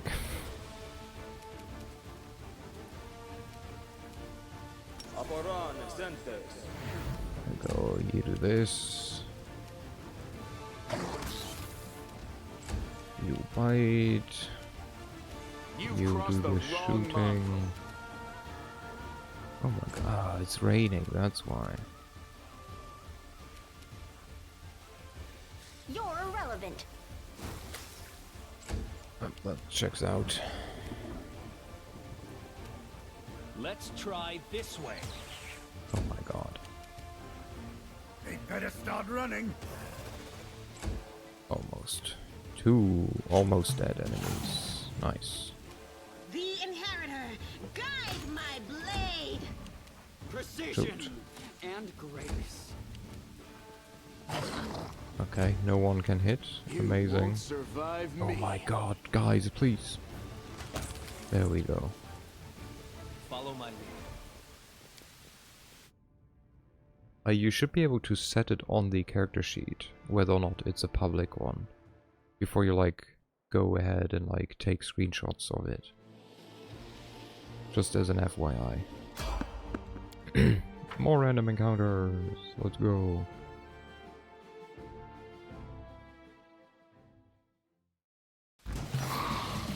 More random insects. Ow. Ooh.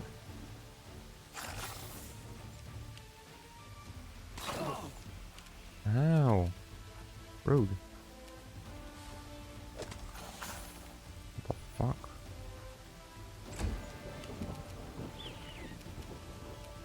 Endure this. Yeah. Oh my god, he cannot hit shit. Into the fray! There we go.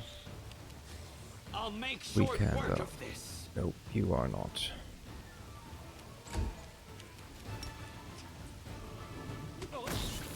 Oh right, I should have first stepped away. Oh well. Would have been too easy. Ah, they don't know how fragile they are. Probably don't. That's true. I'll remove this obstacle. Oh my god, no one can hit.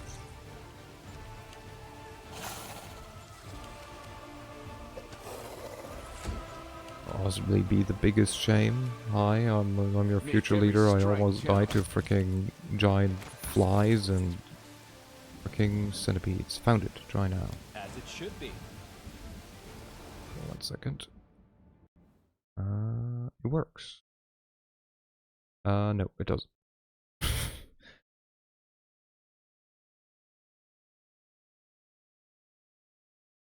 It does not work.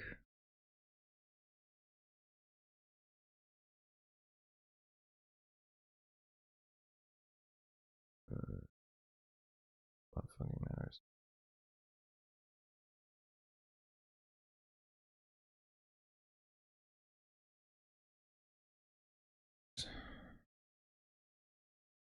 Wait, maybe it's on my end. 1 second. Yes. Maybe it's on my end. Give me a second. I'm gonna click the link again. Never mind, it works. It was on my end because I like because I had to do some stuff. Like a mech killer. God damn it, Salo. God damn it. Okay.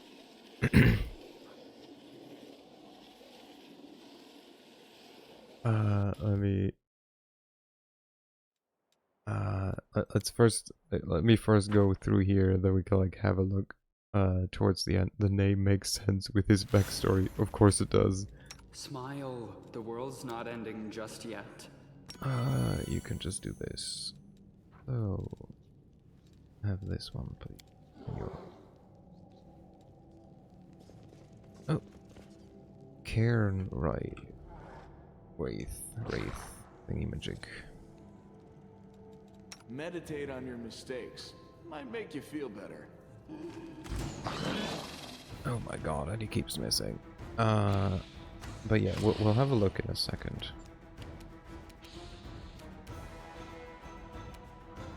Out of my sight!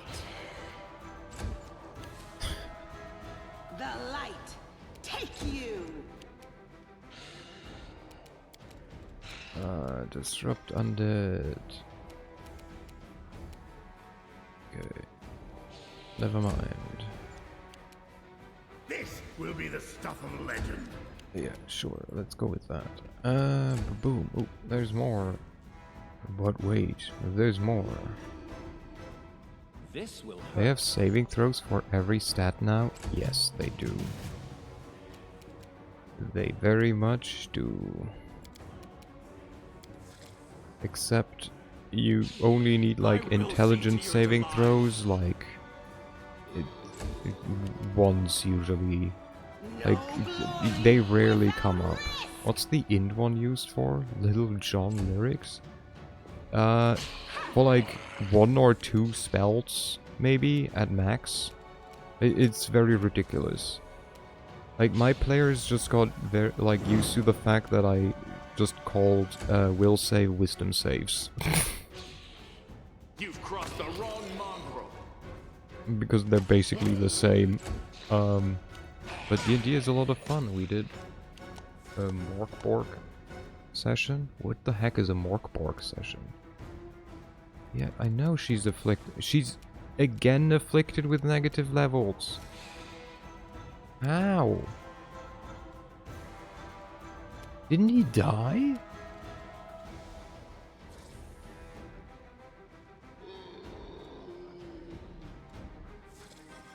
What? Oh my god, no he didn't. He just moved over there. What a prick. Clawing time. Oh my god. Sela is like losing all the levels.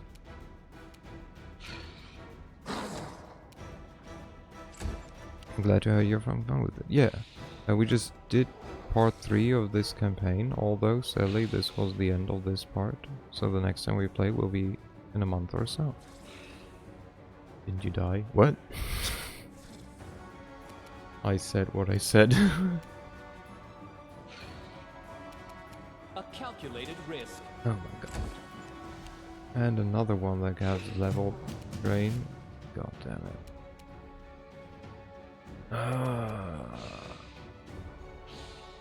Precision and Oh my god, please. Into the fray! Oh my god. I swear.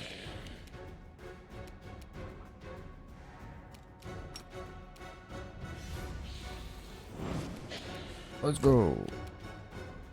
You have no pupil man in your party now. I do. He does have pupils. They're just very small. I also have a dude who can become a griffin.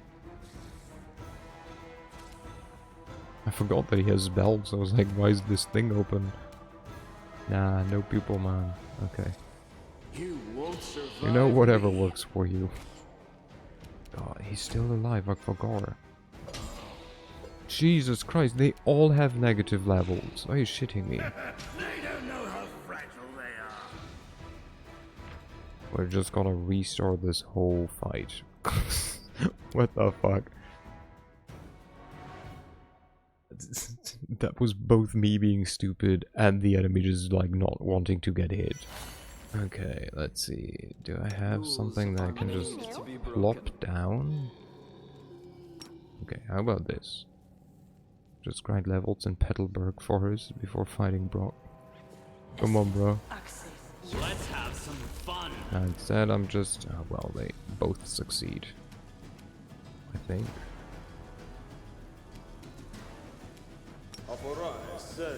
Aporanes Centers.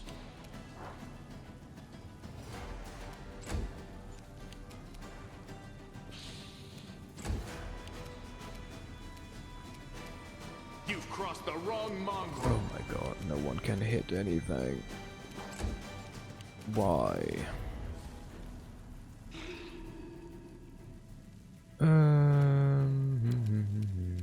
Disrupt undead. Go. Let's go. You're going the wrong way. That wasn't planned. No, stop that.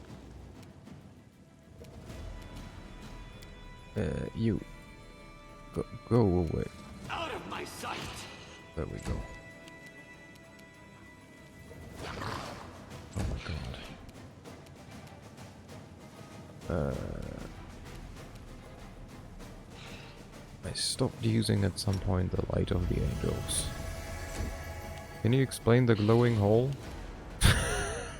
Yep. As soon as it's her turn again. Because it's her spell. The inheritor, guide my blade! You won't survive. But like me. in this case, it's like the TLDR is it's literally just a hole. Clawing time. Oh, okay, he ignored that. So it's a spell called Create Pit. It does in a way what it says. It creates a pit. Shift. No, that's not shift. That's shift. It creates a hole that is 10 feet per 2 caster levels. So in my case, 20 feet deep. And enemies that fail the reflex save will fall in the hole and have to climb out of it. And before that, they take falling damage because they fell into a hole. It's very complex.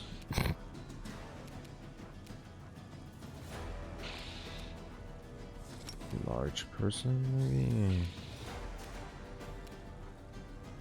Don't really want to use up haste, but I can get another haste back when in doubt. But I mean, you're a freaking scroll savant. Do we have scrolls that we want to use? Wait, why didn't I quote that? I don't know. Why did you not? Do I have any fun? I have burning hands when in doubt. Stunning barrier. And I don't want to use scrolls that I only have once. For now. I'm too much of a cheapskate. It's literally just a hole. I mean, you know, sometimes it is what it says on the label. Weirdly enough. You should have listened to reason. Aha, take damage. Okay, that's strange out of context. Hello, Shizukiza. Or Do, or, you know, any of the other different names that you have. How's it going? Hope things are well for you. It's like afternoon. There we go. Yep, this goes much better. You can call me my actual name. I'll allow you since you've known me over a month. How nice of you. I'm gonna be honest. No, I just remembered. But like, most of the time, I just forget names. And, you know, for like, security purposes, I prefer to not call people by their actual names. But also, you know, well, not the whole name, damn it. I mean, yeah, duh, not. That for sure not. Like, I don't know. Call me old and paranoid, you know. And now he's just freaking in there. My first name is kinda common, actually. Her name is Bruce Wayne. Shh, don't tell everybody. That's good practice. Yeah. Just wait. Just wait. Just wait. You turn off your hole. There you... Oh, there's two of them in there. What? Didn't I kill two already? Oh, frick. What? No. That's the wrong direction, mate. I will see to your demise. Oh god, the fact I know my mom's by heart, but not mine. People should only be referred by their social security number. Realize Urz, my first name is my username, just in Japanese, right? No, I don't know Japanese. I know weep Japanese at best.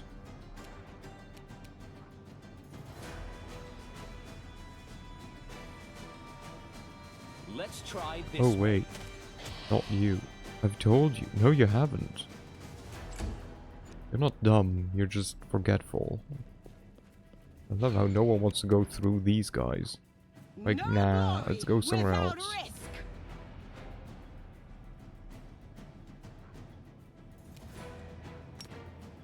Here, you use your thingy. Hello, is my username just in Japanese? I heard that is your name. You are all silly. Can actually use our things for once. Just shoot a bunch of times. Oh my god, why can no one hit? This guy doesn't have a bajillion AC. Jesus, you're worse than hers when I tell him I'm back. They better start running. So, I'm just saying the truth, how it is. Also, again, I'm an uncle. I'm allowed to Mind over muscle. make like dad jokes. I was allowed that by my brother, by the way. Precision. The actual and father. grace. I will attack you. Now. No attacking each other. There we go, get wrecked. The light take you. I swear, the only people that say that are Draven, Urs, and OTG. They all treat me like they're a kid, but I don't mind. Make every strike count. I don't know if I would go as far as saying that I treat you like my kid. I don't know, that would feel They don't know weird. how fragile they are. I treat you like a niece of mine, I'll remove this obstacle. because you're the age of one of my nieces. Oh my god, yeah, well, it's fine. Yeah, I know that lasagna got the negative level. I know, I was there when it happened. Cause like, I don't know. Like, becoming a father with 15? Nah, thanks. Like, there's just things in life that I don't need. Becoming a father at 15 is not one of them.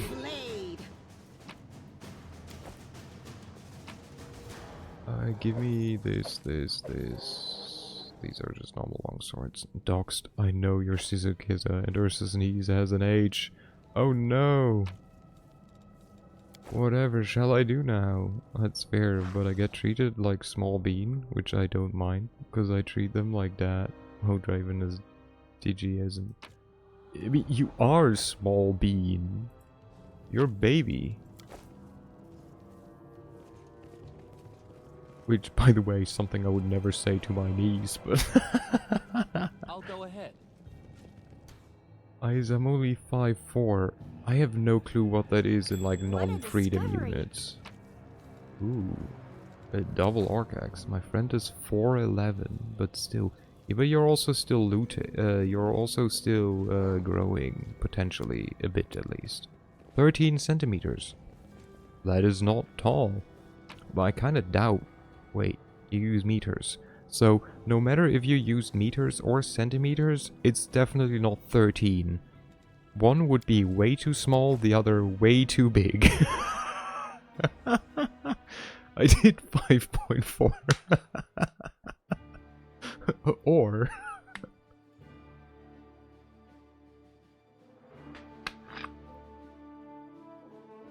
Shizukiza. World's smallest or tallest like woman. Your friend being 13 centimeters is way TMI. Oh god. Perhaps or no. Are you a large caterpillar? For fuck's sake. +1 cold iron battle axe confirms a critical hit. All enemies within 10 feet suffer cold damage.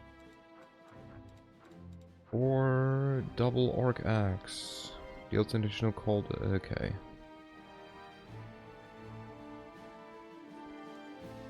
I mean, I have literally no one who. I mean, she could technically use the icebreaker. Wait, do you mean what I think you mean, or is my brain in the gutter?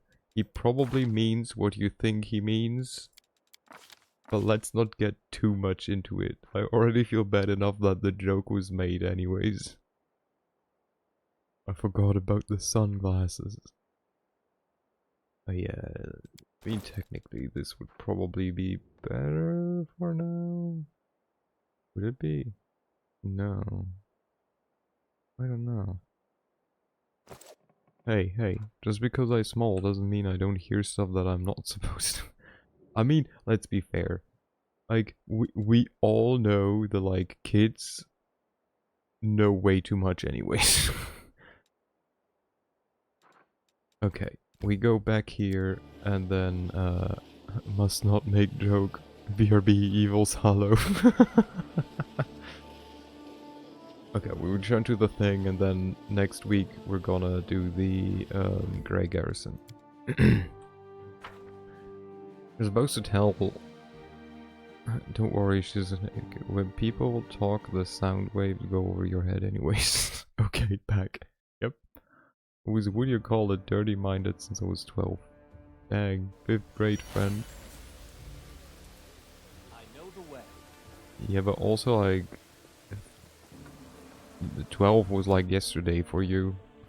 So... you know, they started it. Wait, didn't I... Oh, wait, technically... I could... Because lasagna has this. I could give this one to... What's this but? I think it's okay on lasagna too. Well, I'm about to be 16. You know, you're not making your point.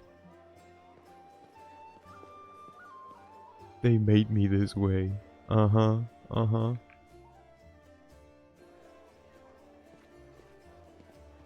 Also, February 28th. That's almost like horrible birthday, where it's only every 4 years, which honestly, as a kid, probably sucks.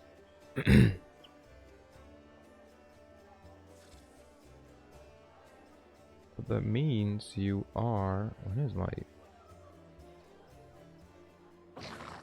Yeah, you're like a couple months older than my niece. My eldest. Let's talk with her for a second. I thank you for saving the esteemed citizens of Kenabres. Even though not all of them deserve to be saved, may Ayomide forgive my words. Yeah, birthday lose their muster as you age. 100%. I celebrated mine a bit bigger last year, but I think this year I'm just gonna, I don't know, not really do much. Probably.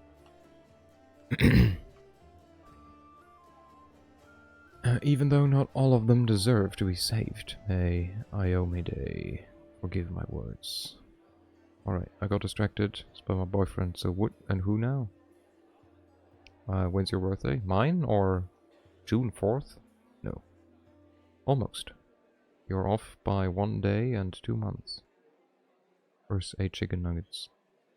Jesus, I wish. I don't know when the last time I had chicken nuggets was. I mean, not that long, but last year. Without me, meanie, you weren't there. Irabeth cast a meaningful look at Count Erende, sitting at a nearby table. I don't really mean that, of course. I just never fail to be astounded by the way that good people seem to perish while the not-so-good prove to be indescribably, amazingly enduring. 5th of August. Ding ding ding.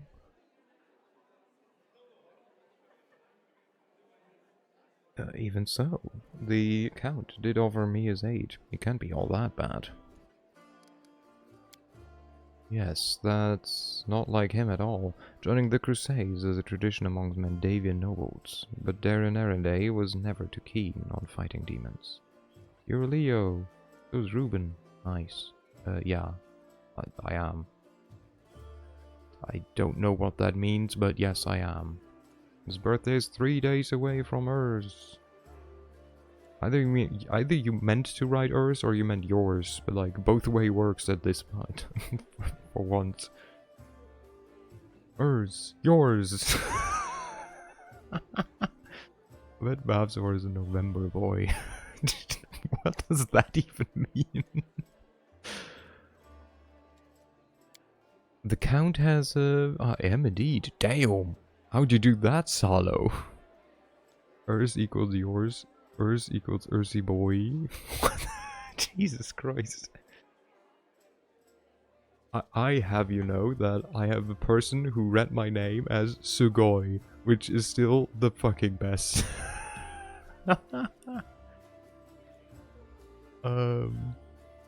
It's definitely the most flattering one, like, reading of my name and, like, mispronunciation of my name that I've ever had. The Count has a certain reputation in Mendev. He's not a pleasant individual by any means, but he's not known for any particular villainy either. The Count enjoys a life of leisure surrounded by a gaggle of sycophants who are always eager to badmouth the Queen at his command. He likes settling scores, too. There was a hero of the First Crusade, Sir Land, a kind and honest man. After the end of his glorious career as a soldier, he became a wise mentor to the younger generation. He ran afoul of the Count somehow, perhaps by lecturing him about his idle lifestyle and lack of purpose. I hope I got a feed a Ginny fluff, but pick... Not... I don't know, BRB? Okay, I'm not gonna go much longer, just saying, because it's, like, quite late and I have to get up early tomorrow. But good luck. When Solan died, the Count managed to buy a portion of his estate. Excuse you? You are going longer. Not much. It's midnight for me. See, 2 against 1. You no leave. I have an office day tomorrow, and I'm already quite tired today from yesterday, so... The Count managed to buy a portion of his estate and ordered the knight's helmet to be reforged into a chamber pot. And of course, he didn't keep his little joke private. Where is a bunk button when you need one? I don't know. Yeah, thank you. You support my decision to go to bed at a, like, not horrible time. And of course, he didn't keep his little joke private. The Queen was particularly affronted by it, because Sir Land used to be her most loyal comrade in arms. No! Didn't! You don't! Yeah, I am. I was there receiving an assignment from Her Majesty and witnessed the exact moment she found out about the helmet's fate. It's a small thing, but I could see the Queen's anguish at the travesty that had been made of her friend's legacy. That's what our Count is like as a person. And as for his talent for survival, do you know the story of Heaven's Edge? He was the only member of his family to escape with his life when the demons unleashed a magical plague at the Erendale estate.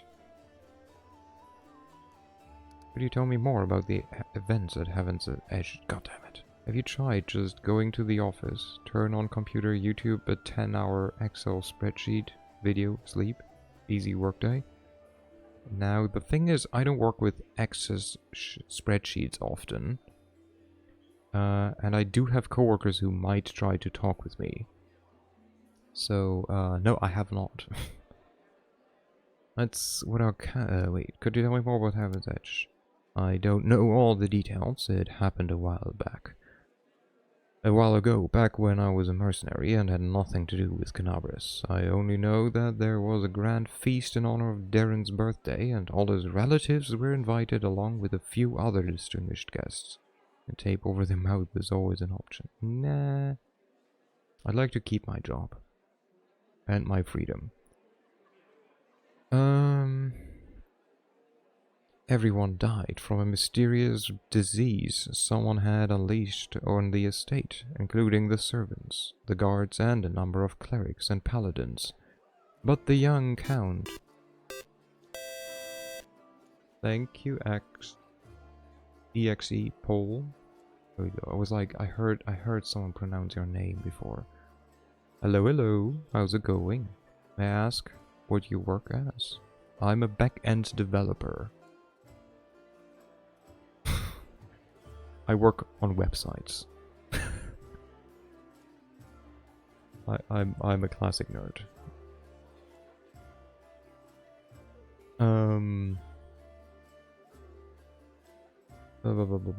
But the young Count survived because of his healing ability, I suppose. Darren does possess an unusually brilliant talent, and as the application of his, even if the application of his skill leave much to be desired. Irbeth scowls. Bro works on websites, can't even click on option 5. I can, I just decide not to. Why is he trying to provoke the Queen? Who knows? It could be some family matter. The Count is Her Majesty's cousin twice removed, or something like that. But I think he simply enjoys infuriating people, Crusaders and Iomede's servant especially. Thank you for telling me this all. My pleasure. I'm sorry you had to endure my grumbling. Watching these things happen to my city has put me in a foul mood. Okay, the Tower of Estrad has been cleared by demons. Great. Jesus. I'm unemployed, unfit, unwilling to be a productive member of society. It happens. The places where the demons have gathered need to be cleared one by one. Then they won't be able to stab us in the back when we take on the Grey Garrison. Thank you for your service. Okay, we're gonna go through the first two options next time, when we actually do the assault on the Grey Garrison. So we will save. Assault on the... of the Grey Garrison. Why are you saving, bro? Cause I'm going to bed. You ain't going anywhere. Oh, but I am. Bam. Wait, we're gonna do one thing though. We're gonna have a look at your character sheet. I promise that we're gonna have a look. Gonna have to do this. There we go. Okay, let's have a quick look over here. Oh. Hello, hello. I'm in a corner. Seems like you're one stream away from finishing Act 1-ish. Yeah. Should be. Wait, Professor, did you do the Oi? Where are you doing? Yeah, he did. Okay, let's have a look. This is a little side thing. Salo played D&D today. This is his character. This is Mech Killer. Let's see, what do we have? They're a rogue, human. Acceptable. Aww. Thank you, Salo, for gifting Bavsor a sub. That's very kind of you. Let's see, we have 15 strength, 16 dex, 14 con, 13 intelligence, 11 wisdom, 9 charisma. Merci pour l'abonnement cadeau. That was my best French after years not speaking French, probably. And never having heard, like, half of the words. Pardon my French. It was automated. I know. It's like automatically in the language, I think, of your browser or your operating system. Let's see. Decent stats. I probably, as the normal rogue, would have chosen less strength and put it either in, like, try to go for more dex, which is like difficult as a rogue, as a human. You could have went for like 17 dex, but like it doesn't change anything. Maybe higher wisdom or higher intelligence, just so that oh, never mind. You do not give a shit about perception. Forget what I just said. Interesting choice. Let's see. Maybe like higher investigation, maybe. Like, so higher intelligence. Let's see. You... yeah, that seems about right. That seems... Oh, you have temporary hit points. Nice.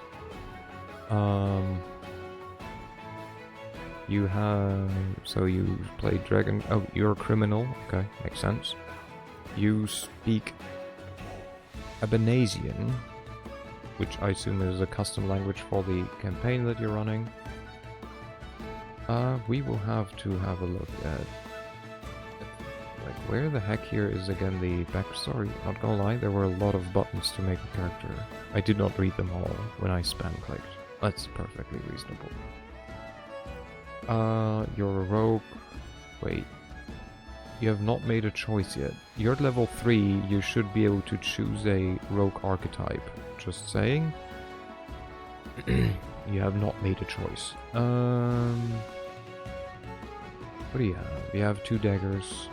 Also, Albanian is definitely not a customer. It doesn't say Albanian, you idiot. It says Abanesian.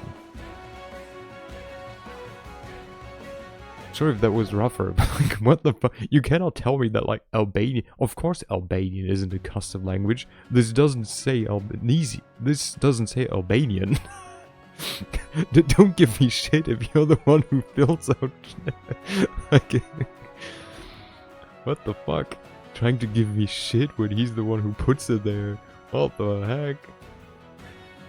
Okay, you use 2 daggers, okay, rapier usually better, but, I mean, probably doesn't super matter. I cannot, you said your name makes more sense if I know the backstory. I cannot see a backstory, so, you know, sucks. Let's see, what's there? You are not even wearing your armor, which is hilarious. You're also not using a rapier or a short bow. Standing in line at McDonald's, some wizard man asked if he could go in front as he was in a rush. When accepting his request, he asked for a cheeseburger, got his food and left. Upon reaching the counter, he overheard that this was the last cheeseburger. You really wanted a cheeseburger. Well, fuckers threw your chance to get one. You must pay. You must die. interesting. What a backstory. Truly tragic. By the way, I hate this layout. I never find shit. But yeah, looks neat. You're missing some stuff, but aside from that, looks fair. Decent choices here. Not unsure about athletics, but like, it's not a wrong or bad decision. Deception quite common, investigation quite common. These three, or these two at least, quite common. Survival not as much, but like, I like it. But yeah, good choice, good character. I approve. And then, boom, we go here.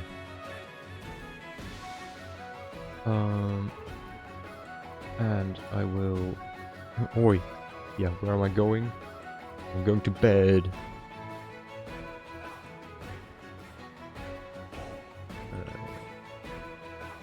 Directory following, what the fuck? Where are you going?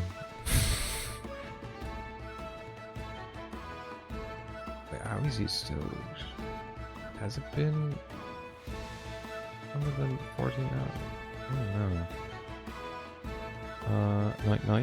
Night, good night. I'm gonna chuck you in the same direction as Frodo chucked his people.